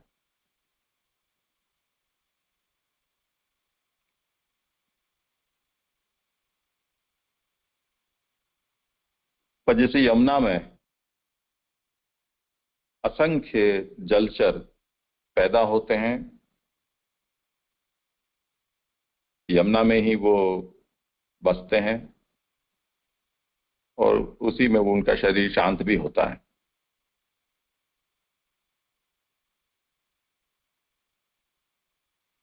तो जितना महात्म्य यमुनाष्टक में बताया जाता है या जिस प्रकार का महात्म्य गंगा में बताया जाता है, दिखता तो उससे विपरीत है।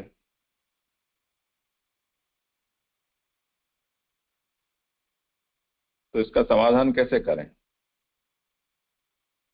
और इसी तरह जितने भी पुराणों में और अन्यत्र तीर्थों के या ऋषि मुनि संत गुरु भगवान की विभूतियां, यज्ञादि कर्मानुष्ठान, व्रत, मंत्र जप, जहां जहां भी इन सब चीजों का निरूपण है, उनके महात्म्य अगर हम पढ़ें तो हमें लगे कि इसके अलावा अब कुछ करने की जरूरत ही नहीं, सब हो चुका अपना। जैसे महात्म्य का गान करने वाले यहाँ तक कह देते हैं कि एक अध्याय का पाठ करना चाहिए, नहीं कर सको तो एक श्लोक का करना चाहिए, नहीं सको तो कम से कम पुस्तक को खोल के और बंद करके रख देना चाहिए, उससे भी 100 सौम्य का फल मिल जाता है। तो जब हमने बचपन में हमारे बड़े काकी जी जब पढ़ते थे ऐसे महात्म्य का पाठ करके और पीछे भागवत का करते थे, तो हम भी सुनते थे उनके सामने बैठकर। फिर हम लोग उस जमाने में कैलकुलेटर तो होते नहीं थे, पर हम बैठ के और मंडली जमाते स्लेट और पेन लेकर कि हमने कितना सुना उसको कैलकुलेट करो, उसको फिर इतने सौम्य के साथ उसका मल्टीप्लाई करो, तो कितना उसका फल हमारा जमा हो गया होगा। तो अब हमें कुछ करने का बचा या नहीं बचा। और फिर भी जब जब भी बड़े काकी जी वो पढ़ने बैठते उस समय वो पुस्तक हमसे मंगवाते हैं, तो हम उसका पन्ना 2 बार खोल के बंद कर देते और पीछे देते कि ये 100 मेरे जमा हो गए और 200 जमा हो गए ऐसे। तो उसमें कभी कभी तो भागवत जी की पुस्तक में इसे खींचातानी भी हो जाती हमारी कि पुस्तक भी फट जाती। अब महात्म्य लिखा हुआ है, कुछ नहीं करो तो एक अक्षर का मात्र भी उच्चार कर लो तब भी ये। तो इस विषय में महाप्रभु ने शास्त्रार्थ प्रकरण में समाधान दिया है, और वहां तो एक तीर्थ का उदाहरण मात्र दिया है, वो सभी जगह उसको समझना है कि तीर्थादाव पिया मुक्ति कदाचित कश्चित भवे कृष्ण प्रसाद युक्त से नान्यस्येति विनिश्चय। कहीं कहीं तीर्थों से कुछ लोगों की मुक्ति हो गई है, जैसे सगर के पुत्रों की हो गई, ऐसा सुना जाता है। तो क्या तीर्थों में वो सामर्थ्य है? यदि ऐसा हो तो जैसे गंगा के स्पर्श मात्र से सगर के पुत्र से उनकी मुक्ति हो गई, तो ऐसे तो सभी लोग गंगा का स्पर्श कर रहे हैं, और आजकल तो ऐसे गंगा का साबुन भी आने लग गया है। वो ऐसा दावा करते हैं कि गंगा के जल से बनाया जाता है। तो सभी की मुक्ति हो जानी चाहिए, तो ऐसा तो देखने में नहीं आता है। तो वहां ये बात समझाई गई है, सिद्धांत ये है कि ये जो मुक्ति है वो तो सृष्टि से विपरीत कथा है। तो जो सृष्टि में जो जिसे भेजता है, वो भेजने वाले की इच्छा के बिना सृष्टि से बाहर कोई नहीं जा सकता है, ये मूलभूत सिद्धांत है। तो जिसने सृष्टि में लाया है वो ही यहां से वापस आपको उठा सकता है। अब आपने कोई भी साधन किए, अब बाय चांस किसी ने किए और उसका हो गया, तो उसका मतलब ऐसा नहीं कि उस साधन से हुआ है। उस साधन की महिमा बढ़ानी थी, उसके कारण भगवान ने उसको उस साधन के द्वारा मुक्ति दी। तो मुक्तिदाता तो भगवान ही है, वो साधन नहीं है। यही बात सभी जगह समझनी है।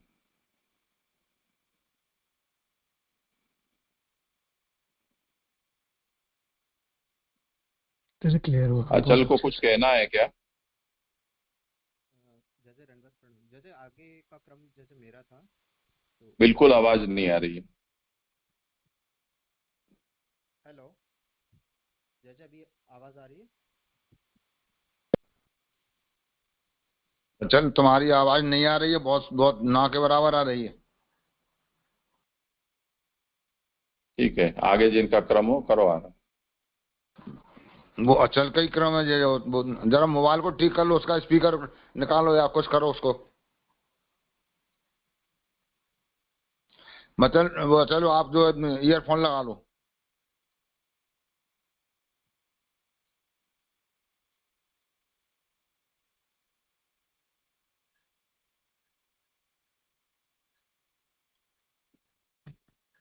हाँ जय जय दंडवत प्रणाम। आ गई आवाज जी।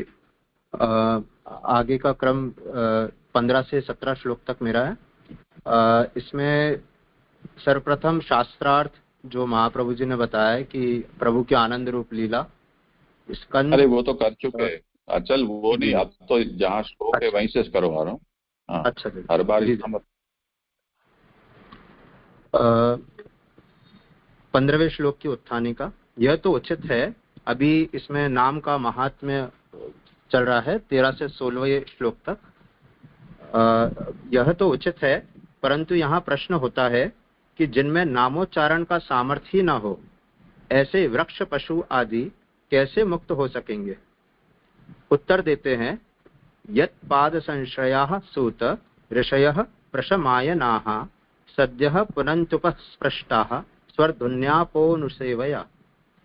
श्लोकार्थ, जैसे गंगा जल अपने स्पर्श से भगवत सेवकों को पवित्र कर देता है, उसी तरह भगवान के चरणारविंदों का आश्रय लेने वाले तथा कर्म ज्ञान एवं भक्ति से युक्त भक्तजन अपने स्पर्श से सभी को तत्क्षण पवित्र कर देते हैं। सुबोधिनी, भगवान नामोच्चारण में असमर्थ वृक्ष पशु आदि भी भक्त के स्पर्श से ही मुक्त हो जाते हैं। उन भक्तों के स्पर्श से जिनको भगवान के चरणों का आश्रय है। इसमें यह बताया कि भगवान के नामोच्चारण में जो असमर्थ वृक्ष पशु आदि भी हैं, वो भक्त के स्पर्श से ही मुक्त हो जाते हैं। वो भगवान नामोच्चारण तो कर नहीं सकते, तो ऐसे जीव भक्त के स्पर्श से मुक्त हो सकते हैं। और उन भक्तों के स्पर्श से जिनको भगवान के चरणों का आश्रय है, ऐसे भक्त जिनको भगवान के चरणों का आश्रय है। यद्यपि ज्ञान मार्ग में भी भगवान का समाश्रयण होता है, किंतु ज्ञानियों में देहाध्यास का अभाव होने से उनके स्पर्श से नहीं, अपितु उनके उपदेश से मुक्ति मिलती है। अब इसमें बता रहे हैं कि ज्ञान मार्ग में भी भगवान का समाश्रयण होता है। समाश्रयण से जैसे आश्रय ही अर्थ होता है डिक्शनरी में। अच्छा जी जी। तो ज्ञान मार्ग में भी जो मुक्ति आदि मिलती है, उसमें भी भगवान की आश्रय की तो अपेक्षा रहती ही है, लेकिन ज्ञानियों में देहाध्यास का भाव होता है। उनको देह का अध्यास नहीं रहता, इस कारण से उनके स्पर्श से मुक्ति नहीं होती है, लेकिन उनके उपदेश से मुक्ति मिलती है। किंतु उसका यहाँ निरूपण नहीं किया गया है, क्योंकि श्लोक में पाद शब्द दिया है और पाद संश्रयण तो भक्ति में ही है। इस श्लोक में जो यत् पाद संश्रयाः, तो पाद शब्द से यहाँ पे भक्तों के लिए ही बोला गया है, क्योंकि चरणारविंद आदि की सेवा या फिर भक्तों के चरण का स्पर्श इत्यादि भक्ति मार्ग में ही लिया जाता है। तो यहाँ पे ज्ञानी की बात नहीं की गई है, यहाँ पे भक्तों के चरण स्पर्श की ही बात की गई है। जैसे आगे लूं, इसमें अभी किसी को पूछना हो तो।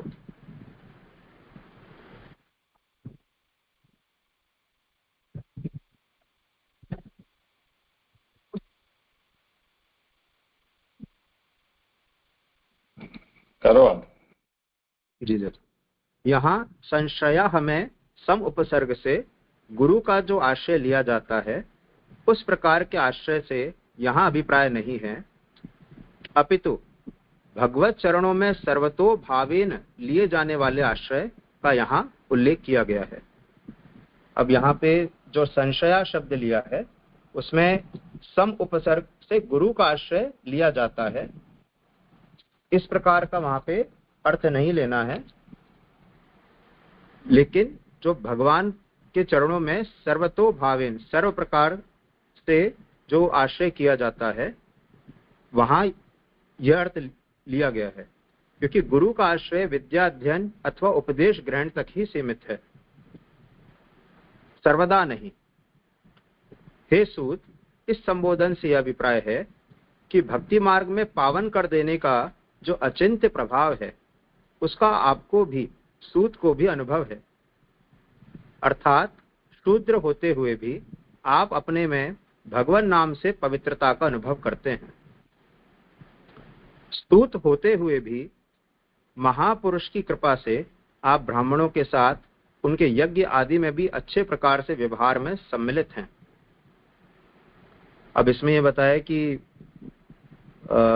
एक तो यहाँ पे गुरु के आश्रय की यहाँ पे बात नहीं हो रही है, क्योंकि गुरु का आश्रय तो सिर्फ विद्याध्ययन और उपदेश आदि ग्रहण के लिए ही किया जाता है। हर प्रकार से आश्रय तो भगवान का ही किया जाता है। इसलिए एक तो ये इसका निराकरण किया कि संशया में जो सम उपसर्ग क्यों लिया गया। दूसरा आगे बता रहे हैं कि हे सूत संबोधन से यह बताया कि भक्ति मार्ग में पावन कर देने का जो अचिंत्य प्रभाव है, उसमें सूत जी को भी बोल रहे हैं कि आपको भी इसका अनुभव है कि आप शूद्र हो तब भी भगवान नाम का आप गुणगान करते हैं, तो उससे आपको भी पवित्रता का अनुभव आप करते हो। और महापुरुषों की कृपा से ब्राह्मणों के साथ यज्ञ आदि में भी आप व्यवहार में सम्मिलित हो, तो ये सब भगवान नाम का महात्म्य का अनुभव आपको भी है, ऐसा शौनक आदि सूत जी को कह रहे हैं। मंत्र दृष्टा ऋषिगण तथा एकांत शांति का समाश्रय करने वाले ज्ञानी जन भी भगवत चरणारविंदों का ही एकमात्र आश्रय लेकर पवित्र करते हैं। यहाँ प्रशमायना का अर्थ है उत्तम प्रकार का सम ही है स्थान जिनका, ऐसे ज्ञानी जन। अब मंत्र दृष्टा जो ऋषि हैं एवं जो एकांत शांति का समाश्रय करने वाले ज्ञानी जन हैं, वो भी भगवान के चरणारविंदों का ही आश्रय लेकर पवित्र करते हैं। मतलब अगर जिनको भगवान के चरणारविंदों का आश्रय नहीं है तो ऐसे पवित्र करने में समर्थ नहीं है। और उनमें जो प्रभाव ऐसा आया है पवित्र करने का, वो इसलिए है कि उनने भगवान के चरणारविंदों का आश्रय किया हुआ है, एकमात्र भगवान के चरणारविंदों का आश्रय लिया हुआ है, इसलिए वो अन्य को भी पवित्र कर पा रहे हैं। यहाँ प्रशमायना का अर्थ है उत्तम प्रकार का सम ही है स्थान जिनका, ऐसे ज्ञानी जन। अथवा भगवान के चरणों का ही आश्रय करने वाले ऋषिगण ज्ञान से युक्त होकर तथा इस तरह ज्ञान शक्ति तथा क्रिया शक्ति को प्राप्त करके सभी को पवित्र करने में हेतु बनते हैं। अर्थात स्वयं शुद्ध होकर दूसरों को पवित्र करते हैं। यहाँ ज्ञान तथा कर्म अपनी स्वशुद्धि के लिए उपयुक्त है, किंतु दूसरों को पवित्र करने में ज्ञान और कर्म साक्षात कारण नहीं है। इसलिए दूसरों को पवित्र करने में भक्ति ही अपेक्षित है।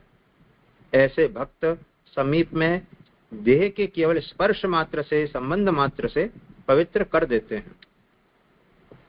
अब इसमें यह बताया कि जो ज्ञान से युक्त भगवान के चरणों का ही आश्रय करने वाले ऋषिगण और ये ज्ञान वगैरह से युक्त होकर ज्ञान शक्ति क्रिया शक्ति प्राप्त करके सबको पवित्र करने में हेतु बनते हैं। स्वयं भी वो शुद्ध होते हैं और दूसरों को पवित्र करते हैं। लेकिन जो ज्ञान और कर्म हैं ये उन ऋषिगण को पवित्र करने वाले हैं, लेकिन जो दूसरों को पवित्र करने की सामर्थ्य है तो वो अकेले ज्ञान और कर्म में नहीं है, वो साक्षात कारण नहीं है, लेकिन दूसरों को पवित्र करने में भक्ति की ही अपेक्षा है। तो ऐसे जो जिनको भक्ति प्राप्त है, ऐसे भक्त समीप में देह के केवल स्पर्श मात्र से, संबंध मात्र से पवित्र कर देते हैं। यहाँ किसी को कोई प्रश्न हो? यहाँ मुझे खाली एक ही प्रश्न था कि इतनी सुबोध निधि हमसे महाप्रभु जी की देखे तो जो मूल श्लोक का अर्थ है ना, उसी तरह भगवान के चरणार बिंदु का आश्रय लेने वाले तथा कर्म ज्ञान एवं भक्ति से युक्त भक्तजन अपने स्पर्श से सभी को तत्क्षण पवित्र कर देते हैं। तो यहाँ कर्म और ज्ञान ले सकेंगे या नहीं, या आई थिंक अनुवादक ने कर्म और ज्ञान तो इसमें ऐसा बताया कि वो स्वयं की शुद्धि तो कर देते हैं, लेकिन दूसरों को पवित्र करने की सामर्थ्य उससे नहीं आती है। हाँ वही बोल रहा हूँ। तो मूल श्लोक में कर्म ज्ञान भी लिखा है ना, तो वहाँ हमको आई थिंक उसको लेना चाहिए या नहीं, वो मैं पूछ रहा था मूल श्लोक के अनुवाद में। हाँ हाँ, उसमें चरणारविंदों का आश्रय लेने वाले, लेकिन अब इसमें टीका में तो अब मूल सुबोधनी में देखना पड़ेगा। अनुवाद से तो ऐसा ही लगता है कि कर्म और ज्ञान स्वयं उस व्यक्ति को पवित्र करते हैं, और भक्ति की अपेक्षा तो उनको है दूसरों को पवित्र करने की। अकेले अगर कर्म और ज्ञान है तो वो दूसरों को पवित्र नहीं कर पाएंगे। हाँ, अनुवाद में ऐसे ही लगता है।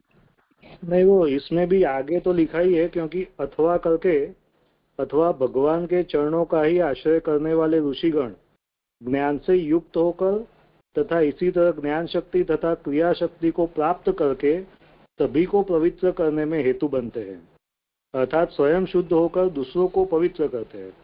तो वहाँ पे दूसरों को पवित्र करते हैं ऐसा लिखा हुआ है नीचे, लेकिन नीचे वो मना किया है, तो थोड़ा कंफ्यूजन हो रहा है। तो इसमें ये बताया ना, साक्षात कारण नहीं है। जैसे अपने एक स्वरूप योग्यता और एक फलमुख योग्यता बताई है ना, तो स्वरूप योग्यता तो आ जाती है, या फिर ऐसा अपन समझ सकते हैं एक फलमुख योग्यता जो भक्ति भी होनी चाहिए, वो फलमुख योग्यता शायद इस तरीके से ले पाए, और आगे जय जय बताएंगे। तो फलमुख योग्यता तो उनमें ये आएगी कि जब उनमें भक्ति होगी पवित्र करने की, और अकेले भक्ति और कर्म और ज्ञान नहीं है तब भी वो मुझे ऐसा लगता है कि नहीं कर पाएंगे। लेकिन कर्म और ज्ञान तो उस व्यक्ति को पवित्र करेंगे और भक्ति से वो दूसरों को कर पाएंगे पवित्र। तो अकेले कर्म ज्ञान सक्षम नहीं है, वो कर्म ज्ञान उसको एक स्वरूप योग्यता प्रदान कर रहे हैं, ऐसा मुझे लगता है। और जैसे कुछ गलती हो तो जैसे आप श्री बताइएगा। नहीं, वो तो जो यहाँ है वो स्पष्ट ही है। श्लोक पहले संपन्न कर लो, पीछे देखेंगे। जी। 3 बार वेद का अध्ययन करे अथवा 3 रात्रि सावित्री का अध्ययन करे तो 1 वर्ष में ही व्यक्ति अपने आप को पवित्र कर लेता है। इस तरह करने से मनुष्य कालांतर में विलंब से पवित्र होता है, किंतु भक्तों का संबंध तत्क्षण ही पवित्र कर देता है। अब ऐसा शास्त्र में आज्ञा मिलती होगी, श्लोक तो मुझे नहीं पता, लेकिन ऐसा कुछ विधान है कि 3 बार वेद का अध्ययन करने पे अथवा 3 रात्रि सावित्री का अध्ययन करने से तो 1 वर्ष में व्यक्ति अपने आप को पवित्र कर लेता है। इस तरह से करने में समय जाता है, कुछ कालांतर में उसको पवित्रता प्राप्त होती है, लेकिन भक्तों के संबंध मात्र से ही जीव पवित्र हो जाता है, तत्क्षण पवित्र हो जाता है। ऋषयः की जगह मुनयः ऐसा पाठ होने पर भी मनन करने वाले अथवा कर्मयोगी ऐसा अर्थ होगा। अब मूल श्लोक में ऋषय शब्द दिया गया है, उसकी जगह ऐसा बोल रहे हैं कि अगर मुनय पाठ होगा होने पर भी मनन करने वाले अथवा कर्मयोगी ऐसा अर्थ होगा। अगर मुनय शब्द लिया जाता है, अच्छा, मुनय शब्द होने पर भी मनन करने वाले अथवा कर्मयोगी ऐसा अर्थ होगा। उपस्पृष्टाः में उपसर्ग का तात्पर्य है क्रूरता आदि से स्पर्श नहीं करना चाहिए। उपस्पृष्टाः जो शब्द दिया गया है उसमें बताया कि उप जो उपसर्ग है वो यह बता रहा है कि क्रूरता आदि से स्पर्श नहीं करना चाहिए। जो भक्त आदि का स्पर्श है, अथवा आगे गंगा जी आदि का भी बताएंगे, तो क्रूरता आदि से स्पर्श नहीं करना चाहिए। अथवा उपस्पृष्टाः का संबंध गंगा जल के साथ है, अर्थात गंगा के जल का स्पर्श पवित्र कर देता है। भक्त तो दृष्टि आदि से पवित्र कर देता है, अर्थात भगवत समाश्रित भक्त लोग तो शीघ्र ही पवित्र कर देते हैं, किंतु उपस्पृष्ट अर्थात स्पर्श किया गया गंगा जल भगवत सेवकों को ही पवित्र करता है, भगवत विमुखों को नहीं। क्योंकि जैसे गंगादि तीर्थों का जल मदिरा के घट को पवित्र नहीं कर सकता, उसी तरह भगवान से विमुख अनेक विध प्रायश्चित भी मुक्त नहीं कर सकते। प्रायश्चित्तानि चीर्णानि गंगा जल शीघ्र ही पवित्र करता है। सद्यः पुनाति गांगेयम, इसका तात्पर्य है कि नारायण के सन्मुख करके गंगा जल पवित्र बनाता है, अथवा भगवत सन्निधि में स्पर्श किया गया गंगा जल शीघ्र ही पवित्र करता है, ऐसा भी उदाहरण है। अब इसमें ये बता रहे हैं कि गंगा उपस्पृष्टाः से गंगा जल के संबंध गंगा जल के साथ है, अर्थात गंगा जल जो है स्पर्श करने से पवित्र करता है, लेकिन भक्त जो हैं वो दृष्टि आदि से ही पवित्र कर देते हैं। इसमें ऐसा बता रहे हैं कि गंगा जल जो है, जो भगवत सेवक हैं, जो प्रभु के सम्मुख हैं, उन्हीं को ही पवित्र करता है। जो भगवत विमुख हैं उनको पवित्र नहीं करता। जैसे गंगादि तीर्थों का जल मदिरा के घट को पवित्र नहीं कर सकता। तो मदिरा के जल से ऐसा बताया कि जो भगवत विमुख है, तो जैसे गंगा जी का जल मदिरा के घट को पवित्र नहीं कर सकता, उसी तरह भगवान से विमुख अनेक प्रायश्चित भी मुक्त नहीं कर सकते। अगर जीव अगर भगवान से विमुख है और वो अनेक विध प्रायश्चित कर रहा है तो वो भी मुक्त नहीं कर सकते। जिस गंगा, अब शास्त्र में ऐसा मिलता है कि गंगा जल शीघ्र ही सद्य पुनाति गांगेयम, ऐसा विधान प्राप्त होता है, लेकिन उसमें उसका तात्पर्य ऐसा है कि जो नारायण के सन्मुख करके ही गंगा जल पवित्र बनाता है, जबकि भगवत भक्तों का ऐसा बताया कि वो तो दृष्टि आदि से ही पवित्र कर देते हैं। अब आगे बता रहे हैं श्लोक में आपो अनुसेवया में अनुसेवया ऐसा पदच्छेद करने से अर्थ होता है कि गंगा जल भगवत सेवकों को भी पवित्र करता है। अब यदि आपह नुसेवया इस तरह पदच्छेद करते हैं तो नु यहाँ वितर्क के अर्थ में प्रयुक्त हुआ है, अर्थात भगवत भक्त और गंगा पावन करते हुए भी भगवत सेवा के द्वारा ही पवित्र कर सकते हैं, अन्यथा नहीं, अन्य किसी भी कारण से नहीं। यहाँ ऊपर ऊपर से पवित्र किया जाना अभिप्रेत नहीं है। यहाँ पवित्रता से ऊपर ऊपर की सामान्य पवित्रता नहीं समझनी चाहिए, अपितु यथार्थ पवित्रता से ही यहाँ तात्पर्य है, और वह तभी संभव है जब माया के स्पर्श का सर्वथा अभाव हो। परम पावनता तभी संभव है। भगवत भक्तों के संबंध से जब माया सर्वशः निवृत्त हो जाती है तब परम पावनता आती है। अब इसमें ऐसा बता रहे हैं आगे कि श्लोक में आपो अनुसेवया में अनुसेवया ऐसा पदच्छेद करने से यह अर्थ होता है कि गंगा जल भगवत सेवकों को भी पवित्र करता है। अब यदि आपह नु सेवया इस तरह पदच्छेद करते हैं तो नु यहाँ वितर्क के अर्थ में प्रयुक्त हुआ है, अर्थात भगवत भक्त और गंगा जल और गंगा पावन करते हुए भी भगवत सेवा के द्वारा ही पवित्र कर सकते हैं, अन्यथा नहीं। अब दूसरा इसमें एक ये ऐसे भी अर्थ इसका बता रहे हैं कि अगर एक तो अनुसेवया ये अगर अलग लेके चलते हैं तो गंगा जल भगवत सेवकों को भी पवित्र करता है, ऐसा उसका अर्थ होता है। और अगर आप नु और सेवया अलग अलग कर देते हैं, ऐसे पदच्छेद करते हैं कि आप नु सेवया, तो नु यहाँ वितर्क के अर्थ में प्रयुक्त हुआ है, और उससे अर्थ ऐसा होगा कि भगवत भक्त और गंगा पावन करते हुए भी भगवत सेवा के द्वारा ही पवित्र कर सकते हैं, अन्यथा नहीं। मतलब भगवत भक्त और गंगा भगवत सेवक जो होंगे उन्हीं को ही पवित्र करेंगे, अन्यथा नहीं करेंगे, अन्य किसी भी कारण से नहीं। यहाँ ऊपर अब इसमें ये बता रहे हैं कि यहाँ ऊपर ऊपर से पवित्रता हो गई, ऐसा ही पवित्रता नहीं प्राप्त होती है, बल्कि यथार्थ पवित्रता प्राप्त होती है, और वो तभी प्राप्त हो सकती है जब माया के स्पर्श का सर्वथा अभाव हो जाए और भगवत भक्तों के संबंध से माया का सर्वथा अभाव हो जाती है और परम पावनता जीव को प्राप्त होती है। यहाँ तक किसी को कोई प्रश्न हो? यहाँ पर एक प्रश्न ये है, अभी आपने बताया कि गंगा या भगवत भक्त को ही पवित्र कर सकते हैं, अन्यथा नहीं। अब वो भगवत भक्त है तो वो तो ऑलरेडी पवित्र वैसे ही हो जाएगा, फिर भक्त की और गंगा की उसे क्या जरूरत पड़ेगी? ये जरा क्लियर नहीं हुआ, इसको दोबारा समझा।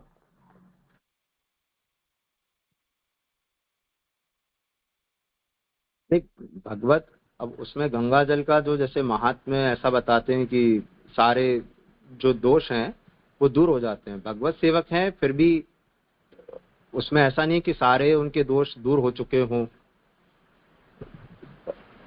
तो गंगा जल जो महात्म्य बताते हैं कि सारे जो पुराने जो उनके प्रारब्ध हैं वो दूर हो जाते हैं, तो भगवत सेवक होने से सारे प्रारब्ध दूर हो जाते हों ऐसा जरूरी नहीं है। प्रारब्ध तो लगे रहते हैं और फिर वो किस लेवल की उनकी भक्ति है अभी, लेकिन अगर भगवत सेवक हैं, भगवान के सम्मुख हैं और गंगा जल आदि का स्पर्श होता है तो वो उनको पवित्रता प्राप्त होती है, ऐसा मुझे लग रहा है। ये अभी मुझे जरा क्लियर नहीं हुआ।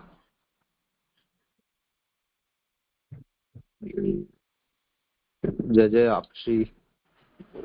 मुझे तो किसी को समाधान करना हो।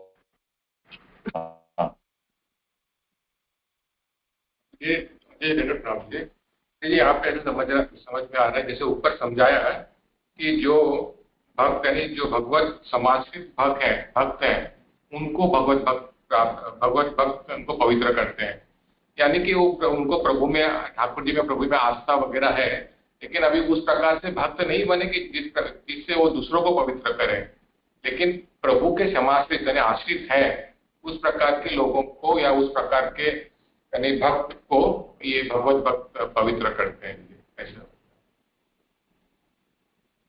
मतलब भगवत भक्त सभी को गंगा जल पवित्र नहीं करता है, पर जो भगवत सेवक हैं उनको वो पवित्र करते हैं।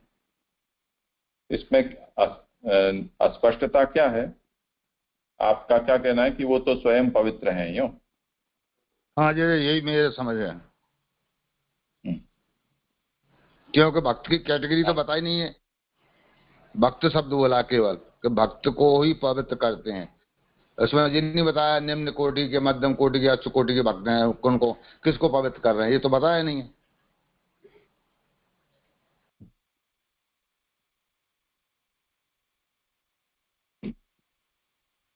हाँ, किसी को इस पर विचार करना हो, कुछ कहना हो तो।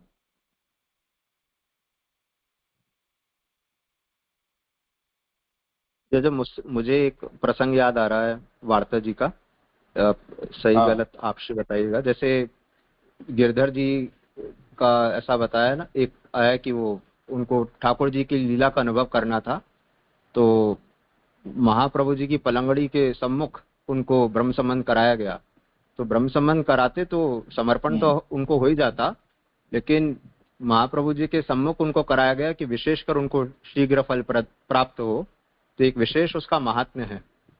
तो उसी तरीके से यहाँ पे भी मुझे लग रहा है कि ले सकते हैं कि भगवत सेवक तो हैं, लेकिन गंगा जी भी भगवान के चरणों से प्रकट हुई हैं, तो भगवान का चरण रज उसमें है, तो उससे भी एक विशेषता, और जैसे बताया कि माया का सर्वथा नाश, तो एक वो चीज विशेष प्राप्त हो रही है उसके द्वारा।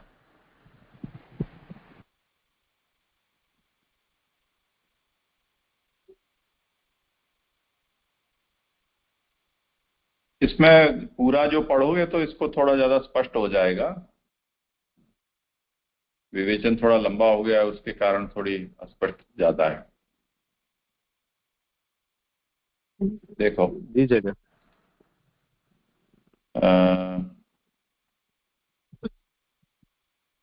भक्त तो दृष्टि आदि से पवित्र कर देता है, अर्थात भगवत समाश्रित भक्त लोग तो शीघ्र ही पवित्र कर देते हैं, किंतु उपस्पृष्ट अर्थात स्पर्श किया गया गंगा जल भगवत सेवकों को ही पवित्र करता है, भगवत विमुखों को नहीं। क्योंकि जैसे गंगादि तीर्थों का जल मदिरा के घट को पवित्र नहीं कर सकता, उसी तरह भगवान से विमुख अनेकविध प्रायश्चित भी मुक्त नहीं कर सकते। तो उपस्पृष्ट ये जो शब्द है उस पर यहां विवेचन किया जा रहा है। पैराग्राफ का जो आरंभ हुआ है वहां से ये स्पष्ट कर रहे हैं कि उपस्पृष्टा में उपसर्ग का तात्पर्य क्रूरता आदि से स्पर्श नहीं करना चाहिए, अथवा उपस्पृष्टा का संबंध गंगा जल के साथ है, अर्थात गंगा के जल का स्पर्श पवित्र कर देता है। और भक्त तो दृष्टि से ही पवित्र कर देते हैं। तो ये जो तुलना है वो गंगा जल की और भक्त की तुलना की जा रही है कि गंगा से उद्धार के लिए तो स्पर्श करना पड़ता है और भक्त तो दृष्टि मात्र से कर देते हैं। उस पर आगे समझाते हैं कि अर्थात भगवत समाश्रित भक्त लोग तो शीघ्र ही पवित्र कर देते हैं, किंतु उपस्पृष्ट अर्थात स्पर्श किया गया गंगा जल भगवत सेवकों को ही पवित्र करता है, विमुखों को नहीं। अब ये बात आगे अभी चल रही है और कहाँ पूरी होगी जाकर कि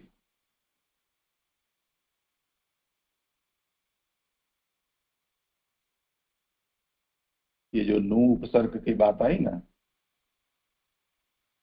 वहां जाकर ये बात आएगी कि अर्थात भगवत भक्त और गंगा पावन करते हुए भी भगवत सेवा के द्वारा ही पवित्र कर सकते हैं, अन्यथा नहीं।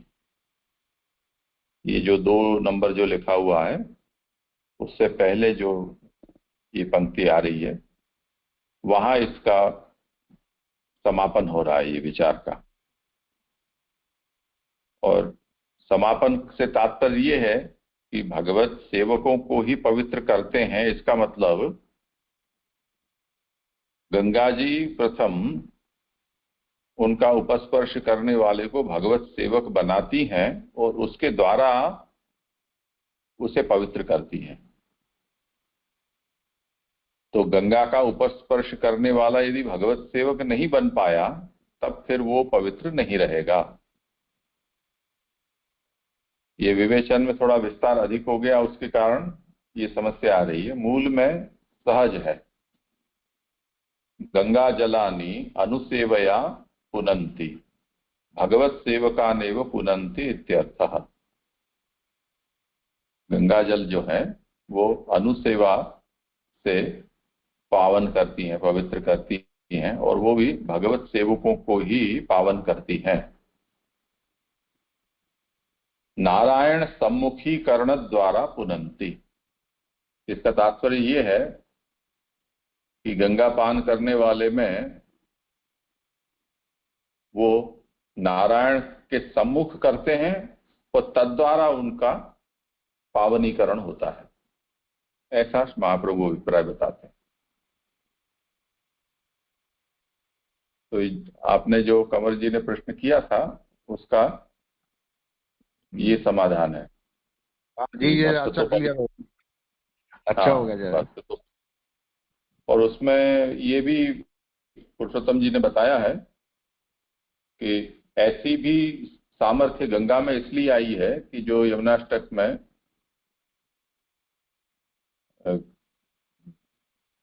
यमुना जी के संगम से गंगा के अंदर ये पावकता आई है, ऐसा महात्म्य यमुना जी का वर्णित हुआ है। तो पुरुषोत्तम जी समझाते हैं कि यमुना संगमोत्तर काल विषयत्वात्, कहीं ये भी कहा गया है कि गंगा के दर्शन मात्र से ब्रह्म हत्या का पाप भी निवृत्त हो जाता है। तो ये जो पद्म पुराण में कहा गया है वो यमुना जी के संगम हो जाने के बाद ये बात वहां वर्णित हुई है। तो इसलिए गंगा भी उसी तरह से पावकता सिद्ध करती है, ये तात्पर्य। हाँ, और किसी को कुछ हो तो। जी जी प्रणाम। मेरा प्रश्न दूसरा है जी। ये दूसरी कारिका में जो सद्य पुनंती उपस्पृष्टाः, फिर ये स्वधुन्या शब्द की व्याख्या नहीं हुई जी। हाँ, स्वधुन्या यानी गंगा जी। जी जी जी। देव नदी। हाँ जी। ठीक है, आज यहाँ समय हुआ है तो यहाँ विराम।